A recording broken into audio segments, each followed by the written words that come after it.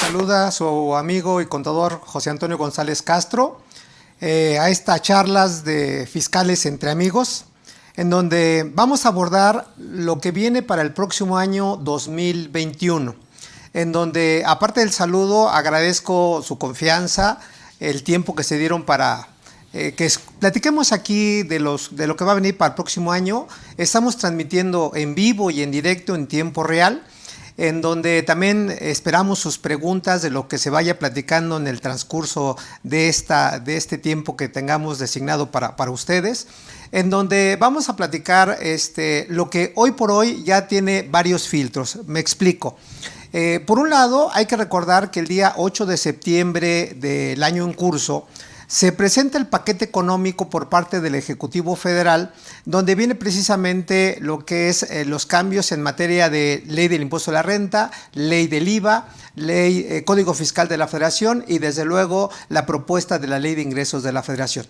Por otro lado, con fecha 19 de octubre, y hay una primera minuta por parte de la Cámara de Diputados donde obviamente se aterrizan estas reformas, ya pasa un primer filtro. El día 28 del mismo mes, hablo de octubre, y hay un segundo filtro por la Cámara de Senadores en donde hacen una modificación al artículo 45 del Código Fiscal de la Federación, que ya platicaremos, en donde estaba previsto la utilización de videocámaras y algunos otros instrumentos digitales para que la autoridad se hiciera llegar de información. Esa reforma no pasó por parte de la Cámara de Senadores, en donde obviamente hay una reserva por parte de dicha Cámara, con fecha, insisto, 28 de octubre, y desde luego, pues lógicamente eso se platica porque pues a nuestro punto de vista podremos decir que ya es una reforma prácticamente aprobada. Ya nada más estamos escasamente a 11 días para que se autorice y se publique el presupuesto de egresos de la Federación y desde luego las reformas. En lo que vamos a platicar, si bien es cierto, vamos a precisar algunos cambios importantes, porque por el tiempo no nos alcanzaría. Cambios importantes en materia de impuestos sobre la renta, en particular de ingresos asimilables a salarios, artículo 94, que hay un cambio interesante. Veremos también cambios importantísimos en materia de Código Fiscal de la Federación, donde lo platicaremos ahorita con un invitado de lujo. Y desde luego hay cambios también en la ley del impuesto al valor agregado, básicamente en plataformas digitales, y prácticamente no hay cambios sustantivos en la Ley de Ingresos de la Federación. Por lo tanto, hoy me siento honrado de estar en este espacio platicando con ustedes y también pues me siento orgulloso de estar a un lado de una excelente persona, gran amigo y un excelente contador y fiscalista. Me honro presentar al contador público, Juan Carlos Fuentes Villanueva. Juan Carlos, ¿cómo estás? Buenas tardes. Muchísimas gracias, maestro. Pues muy bien, aquí con ustedes y dándole la bienvenida a todos las personas que nos siguen por este medio, por Facebook, por las redes sociales. Y sí, bien, como bien lo precisas, hay cambios interesantes en materia de impuestos sobre la renta, en donde me gustaría ir paso por paso y hacerte algunas preguntas y obviamente que esta charla sea amena para ambas partes y en ese sentido que todas las personas que nos escuchan pues obviamente tengan un sentido real de cuál es el impacto que tiene hoy la reforma fiscal en el sentido de todas las modificaciones que se están generando en el texto de ley. Entonces, si me lo permites, me gustaría pues iniciar con una primera pregunta y desde ahí pues partir el tema que tenemos, que son bastantes. Y pues básicamente me gustaría iniciar con una pregunta que nos han hecho en muchísimas ocasiones, ¿no? Me gustaría que nos explicaras de forma muy clara o con un ejemplo, ¿cuáles son las modificaciones que vienen en el artículo 5A para esta próxima reforma del siguiente año? Y que nos dieras un ejemplo a qué se refiere la autoridad con el tema de sustancia económica y beneficio económico, que yo creo que es una duda que tenemos o que se tiene en gran parte de los contadores a la hora de poder aplicar una operación o no. Entonces, me gustaría iniciar con esa primera pregunta y posteriormente seguir la charla contigo, ¿no? Muchísimas gracias. Con mucho gusto, Juan Carlos. Mira, hay que recordar que la reforma al artículo 5, letra A del Código Fiscal de la Federación, a partir de este año 2020, se inserta en el Código Fiscal de la Federación, en donde podríamos decir que es una modificación nueva para este año. Sin embargo, esto tiene como un antecedente inmediato, pues recomendaciones de la OCDE, en particular las 15 acciones que vienen a través de un concepto que se conoce como BEPS, que es precisamente la erosión de la base imponible y traslado de beneficios fiscales, en donde hay conceptos de antaño, me refiero del 2015 para acá, donde ya se empieza a hablar de una generación de valor, obviamente de razón de negocio, entre otros conceptos que abordaremos en el transcurso de la charla. Entonces, alguna generalidad de esta reforma para este año, en base a lo que es la razón de negocio, quiero ser muy claro en el sentido de que este concepto no viene explicado en ninguna disposición de carácter fiscal y tampoco lo encontramos en el Código Fiscal ni en la Ley de Renta. A lo mejor soy un poquito redundante, pero quiero que quede claro el comentario. Sin embargo, tenemos un antecedente que es una jurisprudencia que me define la razón de negocios precisamente como el por qué el empresario hace tal o cual situación. ¿Estamos de acuerdo?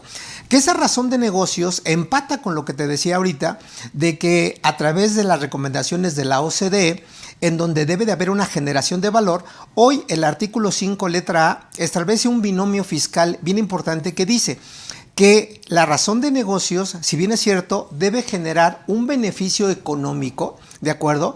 Y también un beneficio fiscal. Pero el beneficio económico, ¿de acuerdo?, tiene que ser mayor al beneficio fiscal, porque si es a la inversa, entiéndase que no es un gasto estrictamente indispensable y en consecuencia la autoridad puede observar la deducibilidad de lo que yo pretendo deducir como contribuyente, ¿de acuerdo? Ahora bien, dicho esto, el último párrafo del artículo 5, letra A, que ha causado muchas dudas,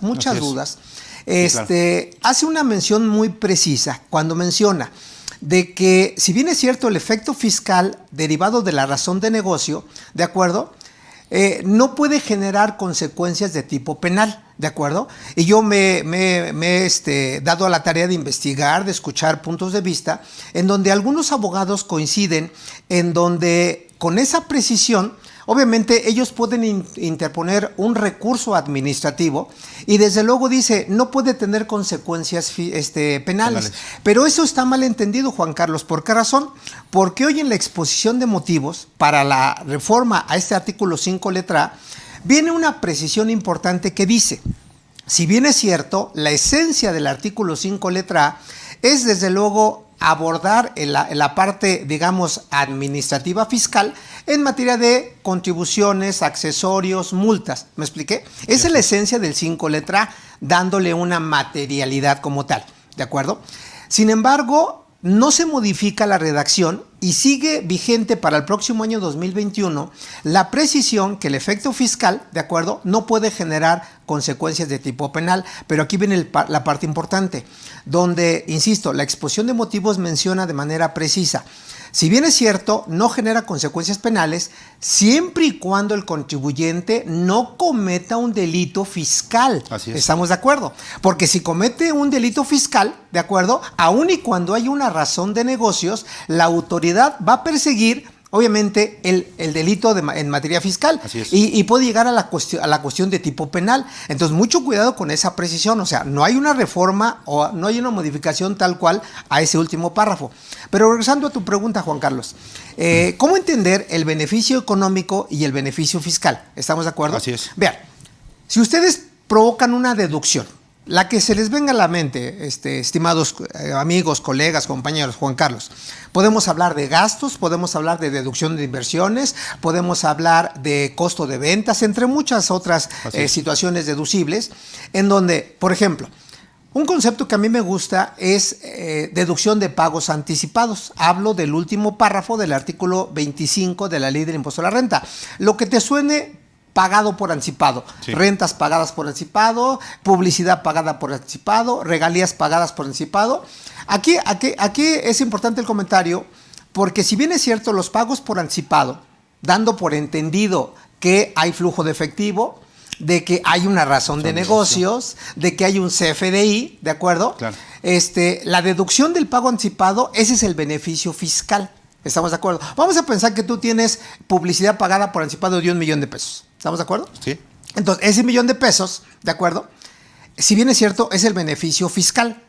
Creo que es transparente el comentario. Así es. Entonces tú tienes que identificar, ¿de acuerdo?, que ese beneficio fiscal no sea mayor al beneficio económico. Volviendo, amigos, con el artículo 5, letra A, un beneficio económico se traduce en cualquiera de los siguientes supuestos. Número 1, incremento de ventas. Así es. ¿De acuerdo? Número 2, disminución de costos y gastos. Número 3, tener mayor infraestructura. O número 4, mayor posicionamiento en el mercado.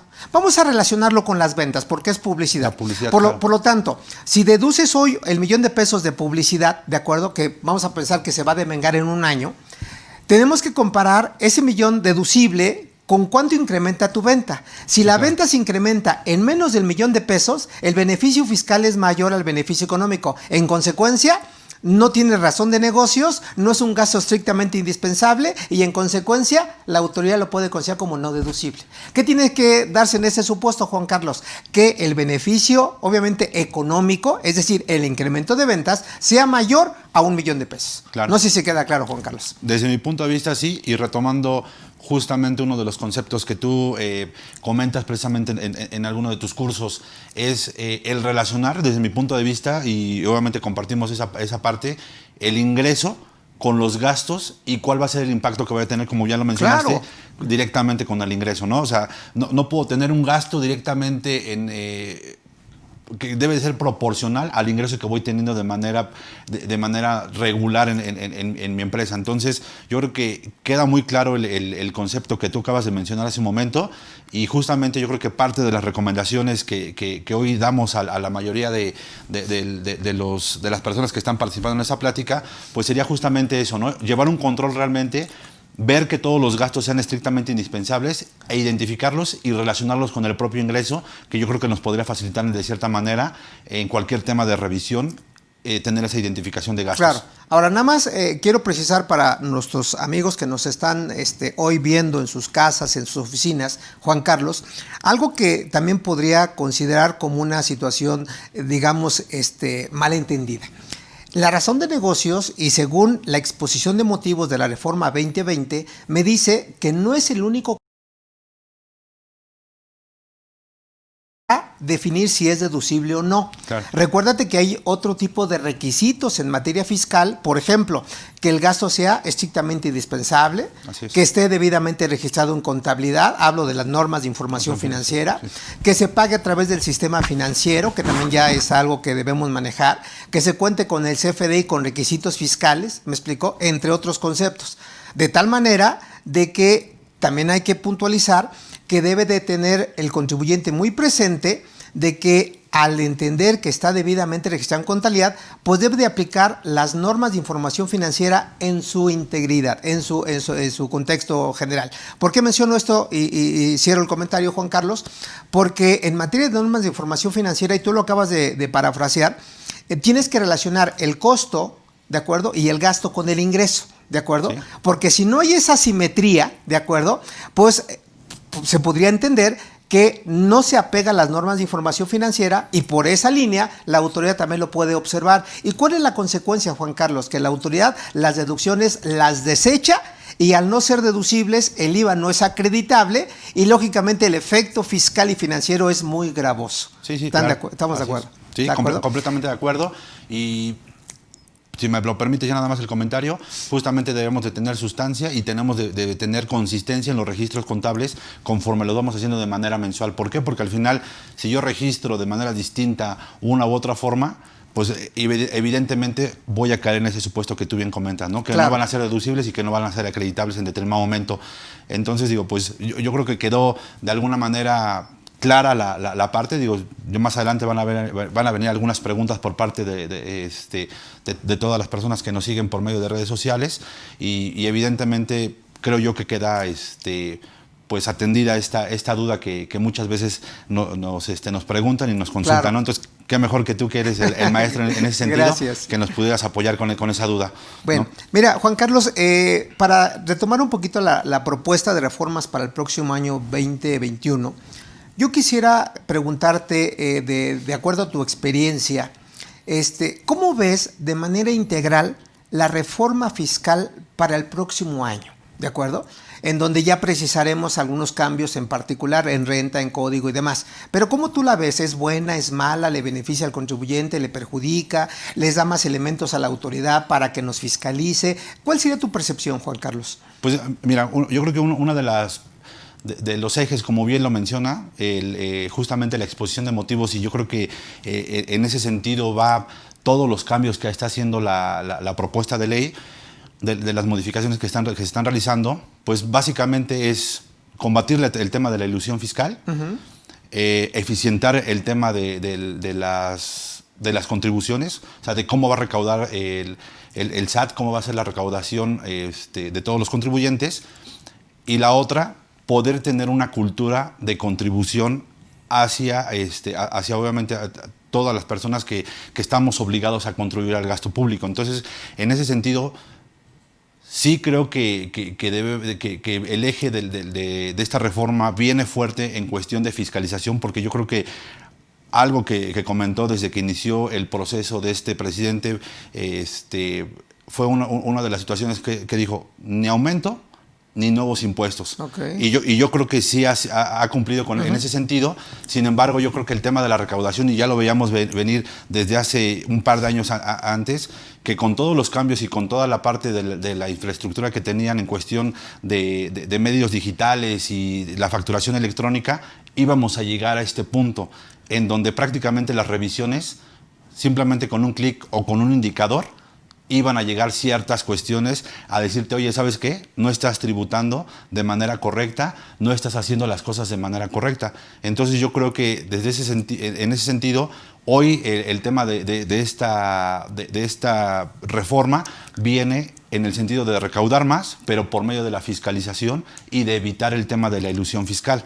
Entonces yo creo que la autoridad está basándose en cuestiones y en experiencias pasadas y las está acotando, porque ya se dio cuenta realmente cuáles eran esos puntos en donde muchas veces el contribuyente excedía o rebasaba esos límites que se tenían, y ya detectó cuáles son las situaciones y está cortando, pues obviamente, cualquier situación, ¿no? Simplemente, claro, qué pasó con el tema de la compensación hace un año. Así es. ¿No? Entonces digo, ese es mi punto de vista. No sé, me gustaría saber tu punto de vista. Yo creo que has dado en el punto central de la reforma, porque efectivamente los ejes de la reforma hacendaria, simplemente dándole una situación integral a tu comentario, es que son 6 ejes, Juan Carlos. Uno de ellos es simplificación administrativa, que me resulta interesante el comentario, porque esa simplificación administrativa no es algo nuevo, porque cada año se publica en el artículo 28 de la Ley de Ingresos de la Federación, donde me dice que el cálculo de los impuestos tiene que ser sencillo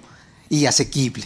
Número 2, que también le demos la certeza al contribuyente en cuanto a sus derechos y obligaciones. Ahí es un primer eje, ¿de acuerdo? Sí. Vamos a pensar bien que se va a cumplir. El segundo eje es precisamente la modernidad. ¿Y qué es modernidad? Pues como tú también lo acabas de decir, pues el uso de la tecnología, ¿de acuerdo? Eso ya se viene trabajando. Y yo creo que es sano tanto para la autoridad como para nosotros como contribuyentes, porque nos facilita muchas cosas. Antes, te acordarás, llenar un anexo de una declaración anual, las informativas, me acuerdo mucho, llenarlo a manito, a máquina, y te equivocas y va para atrás. Hoy por hoy ya no estamos en eso. Otro punto, Juan Carlos, es precisamente la gestión tributaria, que es precisamente el punto central, que va obviamente a considerar la autoridad el incremento o la eficiencia en la recaudación, ¿de acuerdo?, a través de difundir una cultura contributiva, ¿de acuerdo? Sí. Es importante el comentario porque obviamente ese término ya no se venía manejando, Juan Carlos, y yo siempre lo he dicho, o sea, hay que enseñarle a los niños desde primaria, así como cursamos matemáticas o civismo o lo que sea, pues hay que sugerir una materia en términos fiscales, ¿no?, para efectos de que el niño desde inicio pues ya vea hacia dónde va para cumplir con el mandamiento constitucional. ¿Estamos de acuerdo? Claro. Otro punto importante, sin obviamente profundizar, porque amigos, los hemos de invitar a nuestro evento para este mes de noviembre, de reformas fiscales ya de manera un poquito más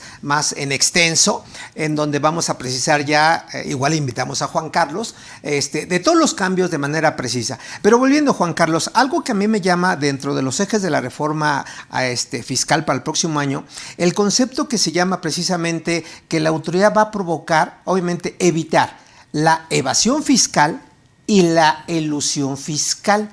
Que simplemente comentando, hay algunos conceptos que lo que te voy a mencionar son precisamente los cambios que en materia fiscal se van a dar para el próximo año. Lo mencionaré obviamente a título simplemente enunciativo, ¿de acuerdo? ¿A qué te suena fusión y escisión de sociedades? Que los contribuyentes han abusado de los conceptos, ¿de acuerdo? Sí. ¿A qué te suena el término de donatarias autorizadas? Que también se ha abusado, que también viene una reforma en ese sentido. ¿A qué te suena el concepto de pérdidas fiscales inexistentes? Artículo 69b bis del Código Fiscal. ¿A qué te suena el concepto de dictamen fiscal? Que yo siempre he dicho, o sea, cómo un contribuyente se dictamina para efectos fiscales sin tomar en cuenta ni las normas de información financiera ni los procedimientos de auditoría. ¿Estás de acuerdo? Así es. ¿A qué te suena el concepto, por ejemplo, de partes relacionadas? Pues todos esos conceptos, Juan Carlos, no son otra cosa que cambios que de manera puntual se van a establecer como reformas para el próximo año 2021. Pero bueno, para que estemos ad hoc al tema que hoy nos ocupa, porque todo esto es fascinante y esperamos las preguntas de nuestros amigos, ¿qué tema de manera puntual, Juan Carlos, te gustaría abordar? Háblame de renta, háblame de código, ¿de qué nos platicarías? Mira, si gustas, abordamos ahorita el tema de asimilados, que es un tema interesante, que desde hecho, desde el año pasado, que fue cuando se generó, se satanizó, de alguna manera, el pagar por medio de asimilados, pero yo creo que más bien es una figura bastante noble, tiene sus reglas y están basadas en el artículo 94 de la Ley del Impuesto sobre la Renta. Sin embargo, derivado de esta situación de que se abusa de las figuras o se abusa de ciertas bondades que teníamos dentro del texto de ley, justamente hoy estamos ante una situación en donde en el tema de los asimilados, y que fue uno de los cambios que no se tenía contemplada dentro del paquete económico, sin embargo, en las modificaciones que realizó la Cámara de Diputados, insertan esa parte y dicen, ¿sabes qué? Va a haber una modificación en el artículo 94 que básicamente lo que estipula esa parte o ese párrafo es que los asimilados van a estar topados a 75 millones de pesos. ¿Anuales, mensuales, semestrales, Juan Carlos? Van a ser de manera anual. Eso es lo que se estima en el texto que es el documento que emitió la Cámara de Diputados, y justamente justifica que con los 75 millones de pesos es más que suficiente para poder pagar por medio de esa figura de pago asimilados, que recordemos que el pago asimilados básicamente pues nos ayuda a poder hacer una retención de impuestos sobre la renta. Y en ese caso por una prestación de servicios, y esa prestación de servicios haces la retención y tienes que hacer el pago del entero al mes siguiente dentro de la propia empresa que hace la retención. Déjame entender un poquito, y perdón que te interrumpa, Juan Carlos. Yo le digo a mi amigo Juan Carlos Charlie, porque ya somos amigos de muchos años. Pero bueno, volviendo, Juan Carlos, para entender la reforma, ¿qué quiere decir?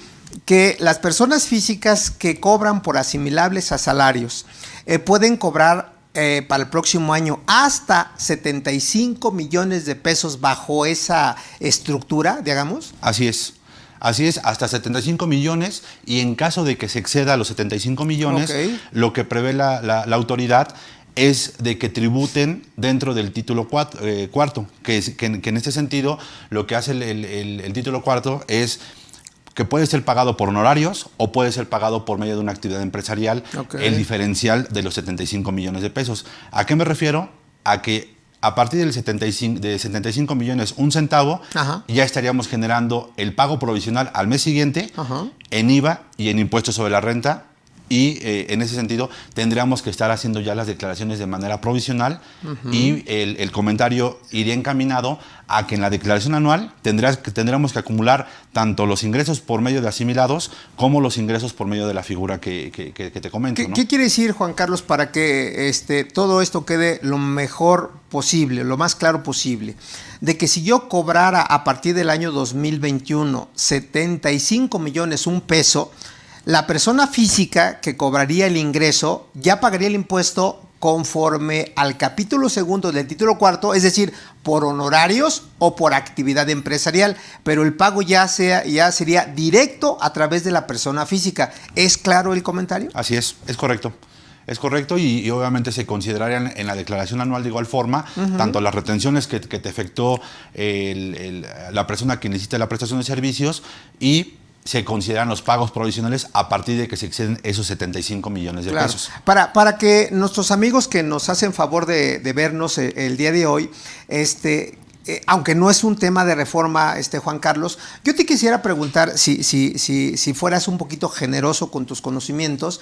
Háblame un poquito de la figura que hoy la exposición de motivos me llama la atención que el asimilable salario dice es una ficción jurídica.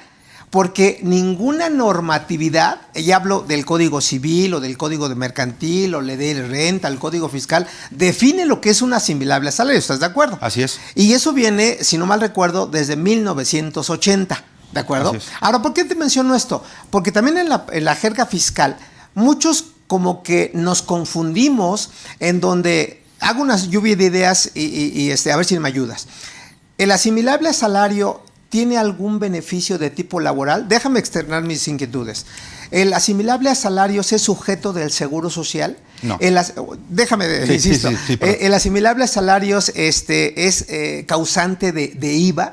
¿El asimilable a salarios, por ejemplo, tiene derecho al reparto de utilidades?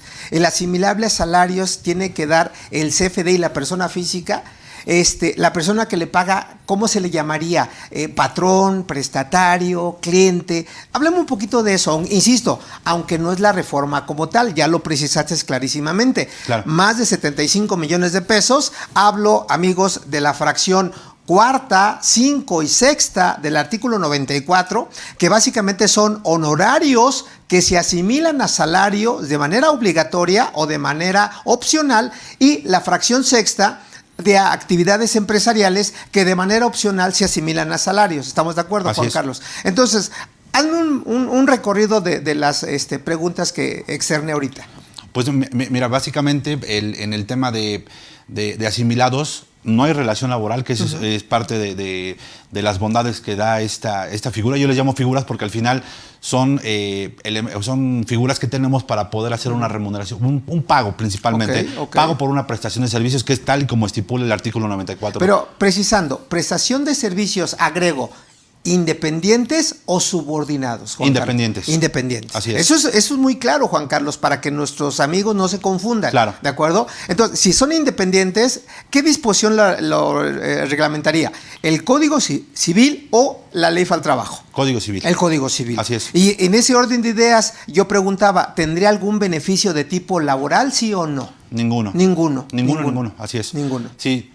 Sí, y retomando el tema, pues básicamente yo creo que de las bondades que da la figura de salarios es que no genera costos sociales, que no hay una subordinación propiamente, no participa en el tema de la PTU, como bien comentabas, y en este caso, en el tema de la deducibilidad, son deducibles, pero hay reglas en el tema de los asimilados para poderlos hacer deducibles, ¿no? Sin abundar del tema, porque todo eso es apasionante. Así es. Juan Carlos, ¿en qué momento, porque también es un tema interesante, en qué momento el asimilable se considera como una prestación de servicios independientes y en qué momento esa misma persona puede caer, voy a utilizar un término un poquito sacado de la manga, puede caer en las garras de la Ley Federal del Trabajo? Te lo menciono, Juan Carlos, porque en la ley laboral hay un artículo que es el 21, donde presume la relación laboral entre quien presta el servicio,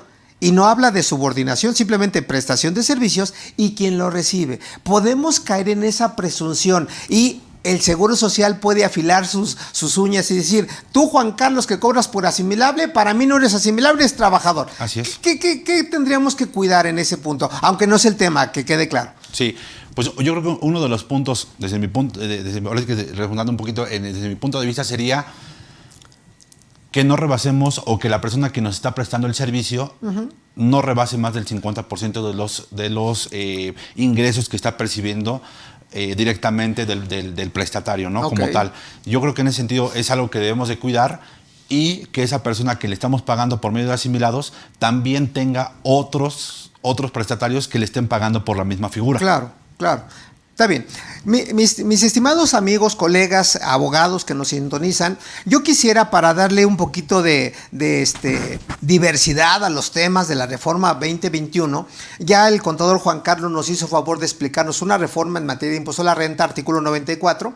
Yo quisiera, si me permites, Juan Carlos, abordar dos temas sencillos en materia de código y vamos a ir adentrándonos. Sí. El primer tema que quiero abordar es precisamente, Juan Carlos, lo que señala el artículo 14b del Código Fiscal de la Federación en tema de escisión de sociedades, en donde la reforma creo que es sana y no pretendo justificar al SAT, ¿de acuerdo? ¿Y por qué digo que es sana? Hablamos de en qué casos, hoy como está la ley, el código en este caso, me dice que en escisión de sociedades, ¿de acuerdo?, no se considera enajenación si reúne los requisitos que establece el mismo artículo 14b.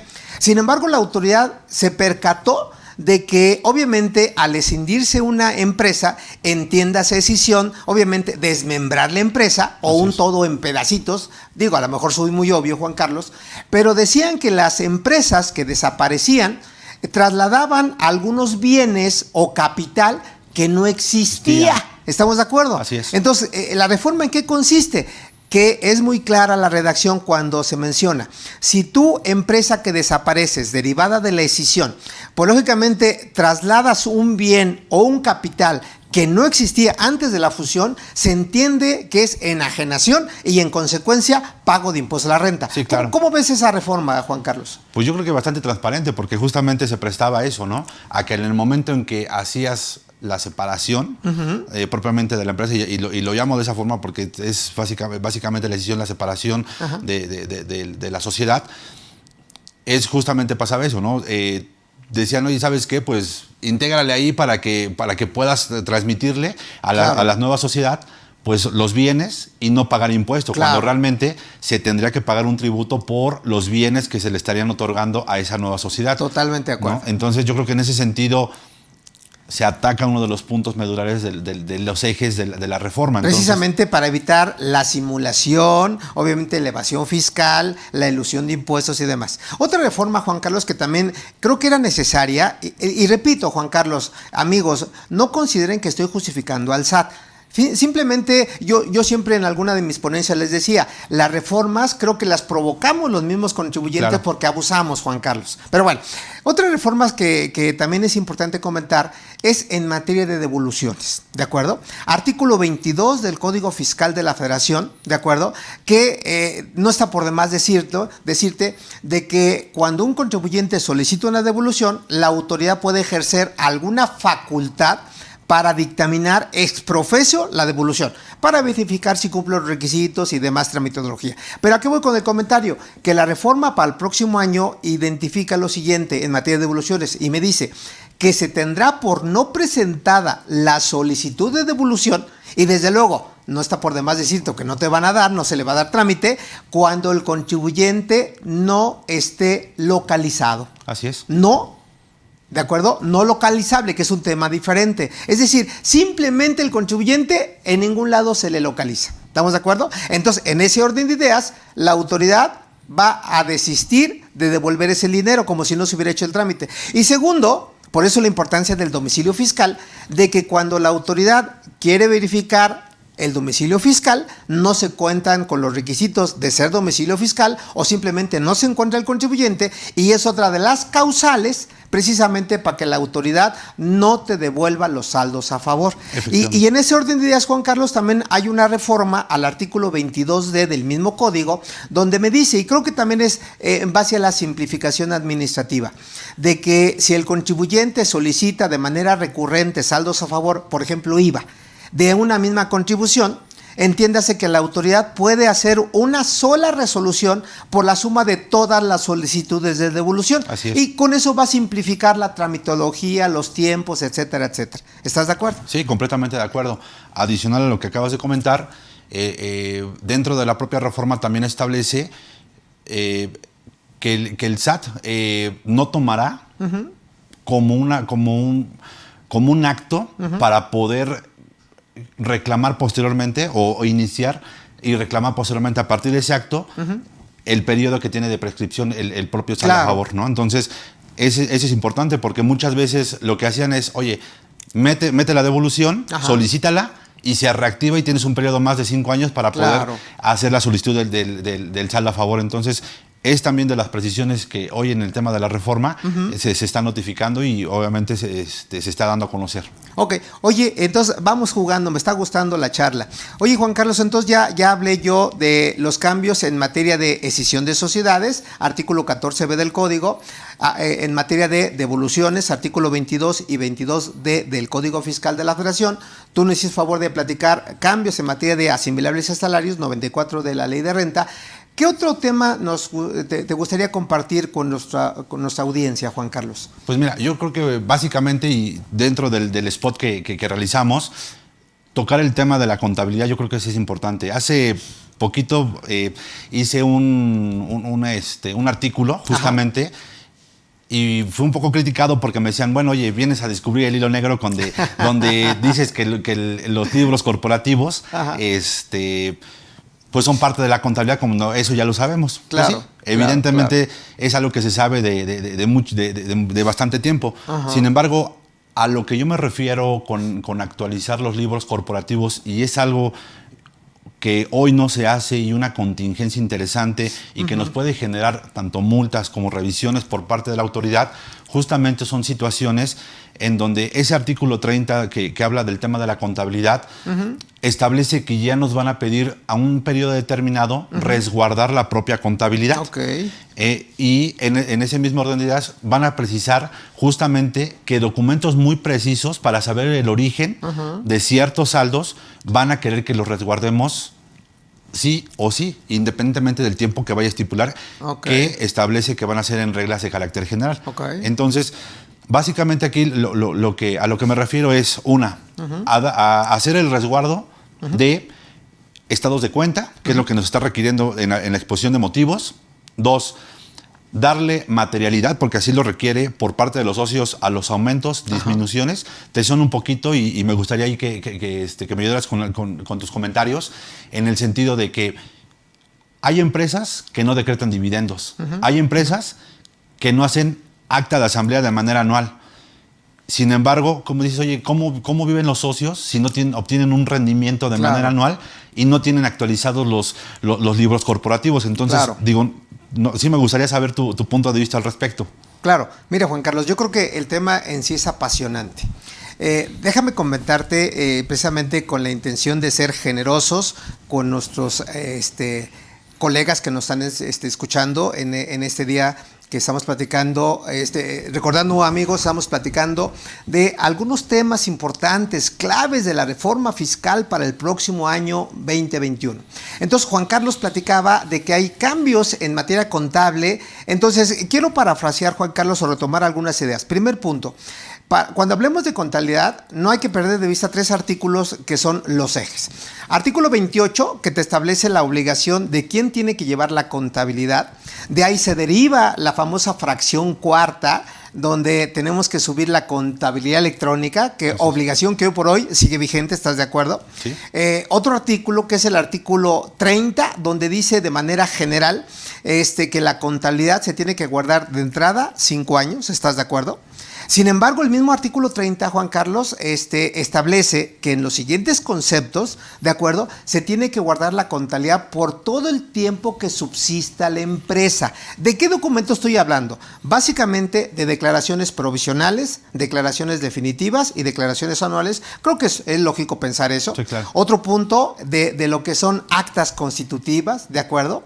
De lo que son algunos medios de defensa que se interpongan entre la autoridad. Hablo de un recurso de revocación, ¿de acuerdo? Hablo de un juicio de nulidad, entre otros, se tiene que guardar la contabilidad. Hablo precisamente de aumentos o disminuciones de capital, constancias por decreto de dividendos, ¿de acuerdo? Entre otros conceptos, el mismo artículo 30 señala que se deben de guardar por todo el tiempo que dure la empresa. Sin embargo, la reforma, y creo que es importante precisarlo, la reforma me dice, y creo que es un poquito redundante, que si tienes aumentos de capital, reembolsos de capital, ¿de acuerdo?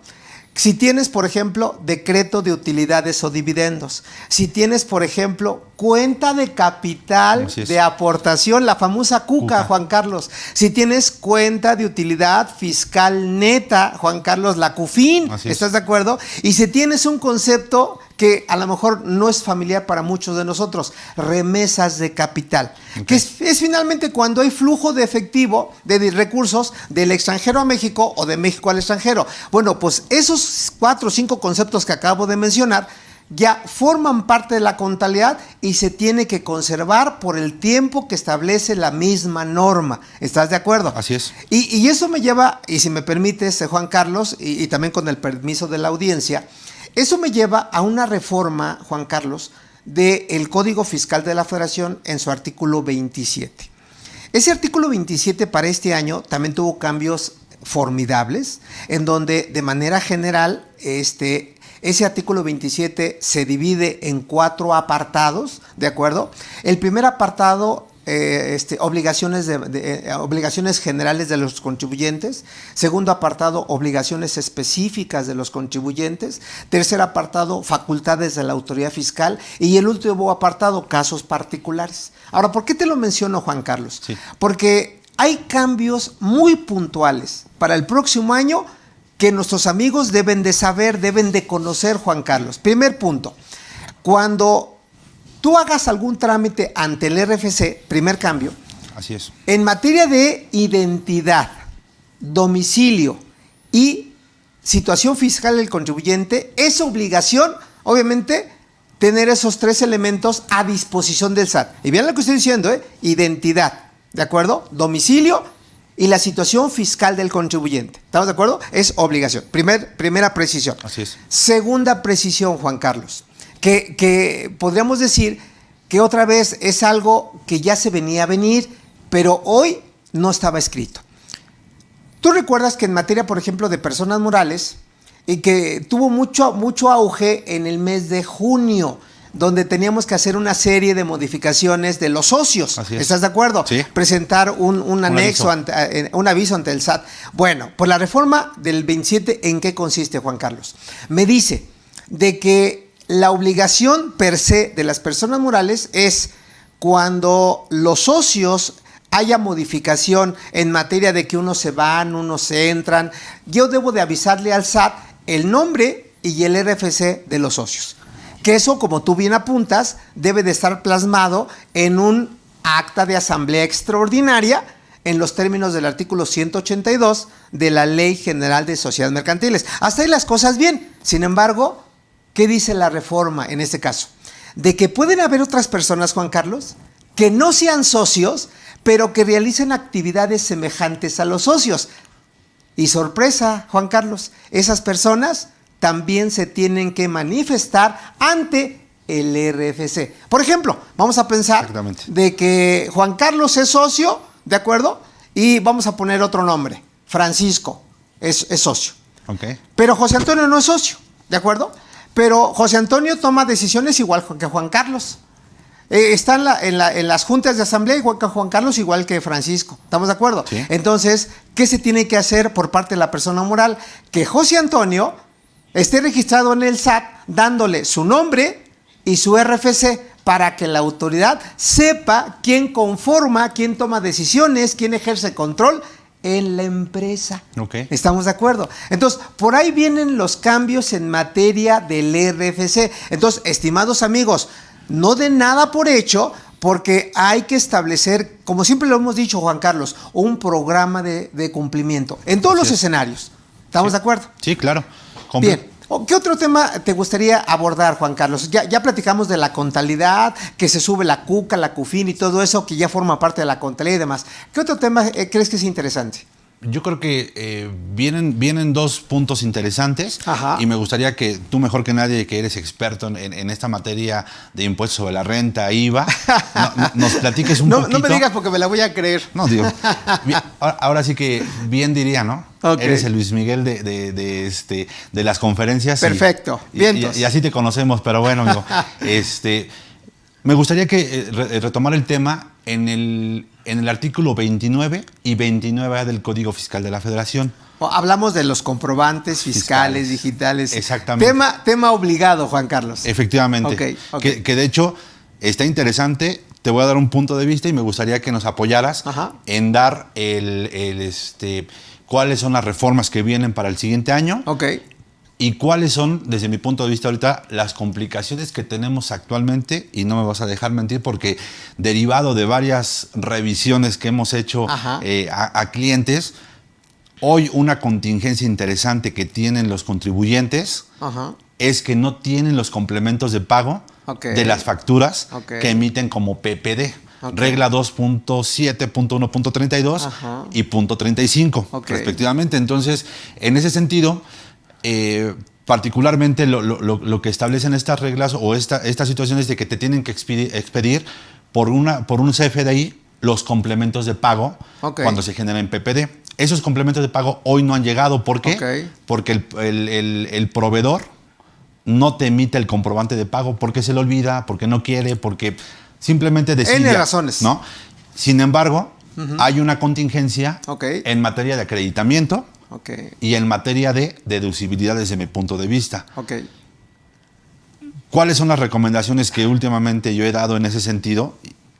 Hacer ahorita una revisión, empatar y ver cuáles son los complementos de pago que nos hacen falta, solicitarlos y si es necesario meter una política de control interno o una política contable de pago para que podamos solicitar y el propio proveedor me pueda expedir esos complementos de pago, porque realmente es una contingencia importante.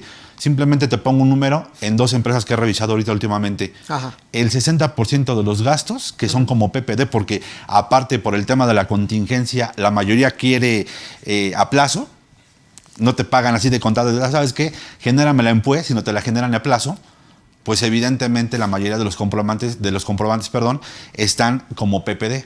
Entonces, el 60% de la deducibilidad están echadas para abajo por no cumplir con ese requisito. Claro. Entonces, digo, me gustaría que dieras tus recomendaciones al respecto y lo de la reforma, por favor. Yo creo que este tema, al igual que muchos otros, Juan Carlos, yo creo que amerita un taller en particular, porque son muchas aristas las que se tienen que abordar, ¿de acuerdo?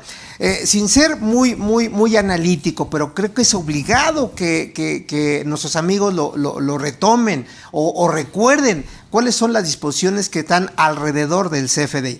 Entonces, déjame empezar por decirte, Juan Carlos, de que en los términos del artículo 29, letra A, fracción 7, inciso B, ¿de acuerdo?, del código, se tiene que dar un CFDI de ingresos, ¿de acuerdo?, por la totalidad de la operación, ¿de acuerdo? Y obviamente tiene que ser como forma de pago, ¿de acuerdo? Tienes que jugar con forma de pago y método de pago, ¿de acuerdo? PPD, ¿de acuerdo? En el entendido de que no sabes cómo te van a pagar. Y es donde entra precisamente, a partir de ahí, la regla 27135. ¿Estamos de acuerdo? En donde, en términos generales, si ya conocemos el precio de la cosa, ¿de acuerdo? Aunque no haya dinero de por medio, tienes que timbrarlo al 100%. Sí. Momento de acumulación, persona moral acomoda la totalidad del ingreso, ¿de acuerdo? Y obviamente tienes que dar la clave 99 y PPD, ¿de acuerdo? Y en ese orden de ideas, la regla que te acabo de mencionar, 27135, dice que el complemento electrónico de pago o el recibo electrónico de pago se tiene que dar en cualquiera de los dos momentos. 10 días, ¿de acuerdo?, naturales a partir de que recibes el pago, o 10 días naturales, ¿de acuerdo?, a partir de que termine el mes. Así es. Entonces aquí viene un punto importantísimo cuando mencionas, ¿y qué pasa si tu proveedor no te ha dado el PPD, ¿de acuerdo? El recibo electrónico de pago. Sí. De acuerdo a la guía del llenado del CFDI, la autoridad se pronuncia de la siguiente manera: si no cuentas con el recibo electrónico de pago, no tiene efectos fiscales el CFDI. Claro. Estoy parafraseando el artículo 29 del código, ¿de acuerdo? Y estoy parafraseando, que ya vienen las cuestiones de delitos, el artículo 109, Juan Carlos, que son evasión fiscal equiparable en la fracción 8, que es un delito de evasión fiscal, darle efectos fiscales a los CFDI cuando no reúnen algún requisito, ¿de acuerdo?, que establece la norma, ¿de acuerdo? Claro. Ahora, por otro lado, entrando a las reformas como tal, Juan Carlos. Bueno, antes de entrar a las reformas, hay otra regla, Juan Carlos, que también nuestros amigos tienen que recordar, que es la regla 27143. Que esa regla, obviamente, se ha interpretado de muchas aristas. Claro. ¿Por qué menciono esa regla, Juan Carlos? Porque esa regla me dice de que si realizamos una operación a crédito, ¿de acuerdo?, en lugar que le pongas la clave 99 y PPD, tú le vas a poner la clave 03, que de mejor te voy a pagar vía transferencia, ¿de acuerdo?, y le vas a poner PUE, pero con una condición, Juan Carlos, de que se pague ese CFDI a más tardar el último día de calendario del mes en que se facturó. ¿Estamos de acuerdo? Así es. Porque si no se hace así, se tiene que cancelar el CFD. ¿Estamos de acuerdo? Sí. Ahora, dicho eso, debo de precisarte, porque una reforma me lleva a otra, Juan Carlos. Sí, claro. Primer cambio en materia fiscal para el próximo año. Se reforma el artículo 14 del Código Fiscal de la Federación, que nos habla de enajenación de bienes, donde de manera general dice, si tienes una operación a plazos o en pago diferido, de entrada se entiende que es, obviamente, enajenación para efectos fiscales. Sí. ¿Estás de acuerdo? Sí. Primera precisión. Segunda precisión, en materia de CFDI, ¿de acuerdo?, me dice que también es un cambio importante que nuestros amigos tienen que saber, que cuando hagas una factura global al público en general, hay otra precisión que dice, entiéndase público en general, aquella persona que no cuenta con RFC. ¿Me explicó? Cuando hoy, por ejemplo, si yo soy persona moral y quiero que me hagas una factura global, pues nada más te lo pido y me hace la factura global. Hoy ya no va a ser lo mismo para el próximo año. Sí, claro. ¿Estás de acuerdo? Sí, completamente de acuerdo. De hecho, digo, si me permites el comentario, perdón. Adelante. Especifica, digo, y corrígeme si estoy mal, por favor. Ajá. Especifica la propia modificación que te van a pedir que la factura o el CFDI que emitas venga con las características de cómo obtuviste ese ingreso. ¿A qué me refiero? Si tú hiciste una venta al público en general y vendiste una refacción, estipular qué fue lo que vendiste, porque antes lo que hacías es ventas al público en general y englobabas, ese era el concepto de facturación. Claro. Digo, no me dejarás mentir. Es correcto. ¿No? Hoy no, hoy quieren realmente saber cuál es el servicio o qué es lo que estás otorgando. Digo, no sé si quieras complementar el punto que acabo de comentar. Es correcto. O sea, ¿por qué se hace todo esto, Juan Carlos? Porque yo creo que la autoridad, digo, a lo mejor no quiero darle ideas a la autoridad, pero está sabiendo que a partir del CFDI global, los contribuyentes declaran o acumulan, de acuerdo, para efectos de ICR e IVA, lo que ellos quieren. Como dice por ahí una película, 2 para ti, 3 para mí, ¿me explicó? Entonces simplemente es evitar actos de simulación. ¿Estás de acuerdo? Sin embargo, déjame también sacar otro punto de vista que viene también como reforma al 29 letra A del Código Fiscal de la Federación, requisitos de los FDIs en relación con el 29. ¿Cuántas veces yo he expuesto en mis cursos de que los anticipos de clientes, al igual que los depósitos en garantía, no debieran de facturarse? Así es. ¿Por qué razón? Porque no se transmite la propiedad, ¿me explicó? Porque no hay contraprestación, no he identificado la cosa o el precio o las dos, en fin. Sin embargo, hoy la reforma al 29, de acuerdo, me dice que cuando tú recibas un anticipo, ya sea de manera anterior o posterior a la realización de la operación, estás obligado a emitir un comprobante fiscal digital por internet. Y ojo, mis queridos amigos, cuando sean operaciones de pago en parcialidades o diferidas, ustedes tienen la obligación de solicitar un CFDI por ese tipo de operación. Entonces las cosas yo creo que vienen un poquito ya más recargadas en materia de CFDI, Juan Carlos. Sí. Por lo tanto, ¿cuál es la recomendación? Estén muy al pendiente de estos cambios para que puedan ir planeando lo que a partir del 1 de enero del 2021 ya entra en vigencia plena. ¿De acuerdo? Entonces, si me permites, para obviamente darles prioridad a nuestros amigos, vamos a ver si hay algunas preguntas, Juan Carlos, ¿de acuerdo? Sí, las atendemos y continuamos con la charla que me está resultando más que interesante. Perfecto. Adelante, si me ayudas a leerlas porque yo lo veo bien de acá. Con gusto. No, sí veo bien. Dice, buenas tardes, contador José Antonio. Una duda. ¿Una persona solo tiene que tener la obligación de asimilados a salarios o puede tener la obligación de actividad empresarial y honorarios? Bueno, voy a contestar, amigos, pero también ojalá Juan Carlos nos pueda compartir su punto de vista.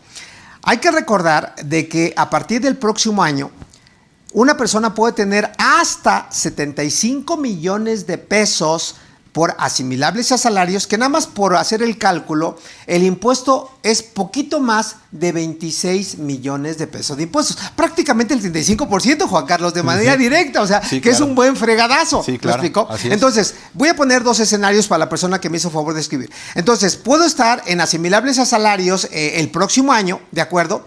Y de manera adicional puedo tener honorarios puros y actividades empresariales. Eso yo no le veo mayor problema, Juan Carlos. Sin problema, se pueden combinar. Y se pueden combinar, correcto. Así. Nada más que tengan mucho cuidado, porque el asimilable a salarios, en los términos de la fracción cuarta o la fracción 5 del 94, el prestatario es el obligado a retener y enterar el impuesto sobre la renta, Juan Carlos. Y que se haga. Y que se haga, porque obviamente dentro de la exposición de motivos que decía el fisco, es que te dan un CFDI, ¿de acuerdo? Como que se retiene pero no enteran, ¿me explicó?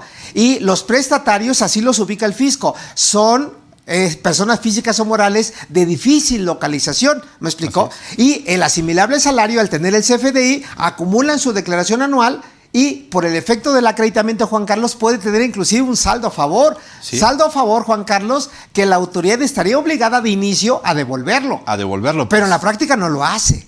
¿Estás de acuerdo? ¿Por qué? Porque obviamente no captó nada. No captó nada. Exactamente. ¿Cómo te va a devolver algo que no Sí. tiene, no? Y el segundo escenario, mis estimados amigos, si ya rebasa 75 millones de pesos al año, como ya no sería asimilables a salarios, serían honorarios puros que ya se tendrían que acumular en tus demás obligaciones del capítulo segundo, ya sean honorarios o actividades empresariales, presentar pagos provisionales, eso causa IVA y puedes meter deducciones del capítulo, deducciones autorizadas. ¿Estás de acuerdo, Juan Carlos? Sí, sin problema. El punto que yo veo en este aspecto es que seamos claros, amigos. Si ustedes cobran por honorarios, yo nada más se los dejo en el tintero, Juan Carlos. Dime quién de tus clientes, siendo honorario puro, realmente da el recibo, paga el IVA, me explicó, entera el ICR correspondiente. Y lo digo por lo siguiente, con la retención que me hacen del 10%, dan por hecho, más no por derecho, que está pagado el pago provisional, ¿y no es cierto? No, puede salir ahí una diferencia. Puede salir una diferencia, ¿y quién lo paga? ¿Quién paga el 100% del IVA? Sí. ¿Sí me explicó? Entonces ahí está la primera respuesta. Juan Carlos, una pregunta adicional. Adelante. Sí, con gusto. Respecto al comentario de la publicidad, como ejemplo indico, sobre el beneficio económico, la asociación de costo y gasto, considero que de manera excepcional por el ejercicio 2020 no podrá cumplir en el supuesto en el que se haya pagado en enero de 2020, esperando y como resultado de la pandemia no obtenga beneficios económicos. Ok, hay que precisar, amigos, el beneficio económico lo damos por entendido,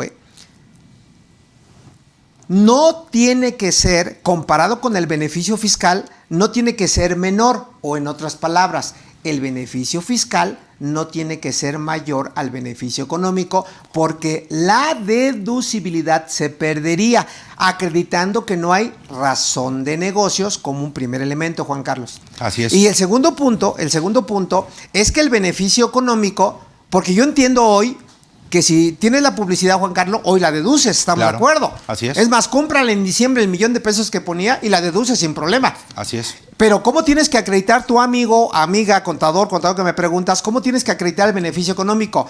Tienes que establecerlo en tus papeles de trabajo o en notas a los estados financieros a futuro. ¿Estás de acuerdo? Sí, claro. Porque si compras la publicidad en diciembre no te va a dar el beneficio económico. Evidentemente, sí. ¿Estás de acuerdo? Sí, así es. Entonces tienes que ir programando y ya es donde viene la asociación del costo y del gasto con el ingreso. ¿Estás de acuerdo? Sí, no hay que perder de vista que, por cierto, Juan Carlos, es un esquema reportable. Para el siguiente año. No pierdan de vista eso, amigos. Es un esquema reportable cuando hay diferencias en la conciliación contable y fiscal entre lo contable y lo fiscal. ¿Estás de acuerdo? Sí, Entonces ahí está la respuesta. Déjame leer esta. Dice, buenas tardes, mi nombre es Alicia Aurora y les escucho desde Querétaro. Alicia, saludos y un abrazo a distancia a Querétaro. Mi pregunta es, ¿de cuántos empleadores puedo obtener ingresos por concepto de asimilables? Espero haber estructurado bien mi pregunta. Es clarísima. Dice, ¿de cuántos, de acuerdo, empleadores? Yo creo que el término es correcto, porque no es un patrón como tal, es un prestatario o cliente, ¿de acuerdo?, que de manera obligatoria o de manera opcional asimilas a sueldos y salarios. ¿De cuántos puedes obtener? De los que tú quieras. Así es. Por ejemplo, lo que sí es importante es que si del total de clientes que tú tengas, que son tus prestatarios, alguien te paga más del 50%, en los términos de la fracción cuarta del 94 de renta, lo tienes que asimilar a salarios de manera obligatoria, con un requisito adicional, cuando tú prestes el servicio en las instalaciones de tu prestatario. ¿Sí me explicó? Así es. Pero de manera opcional, Juan Carlos, yo puedo asimilar a todos mis clientes. Exactamente. Entonces no hay ningún problema. Nada más, ¿qué agregaría a la pregunta, Juan Carlos?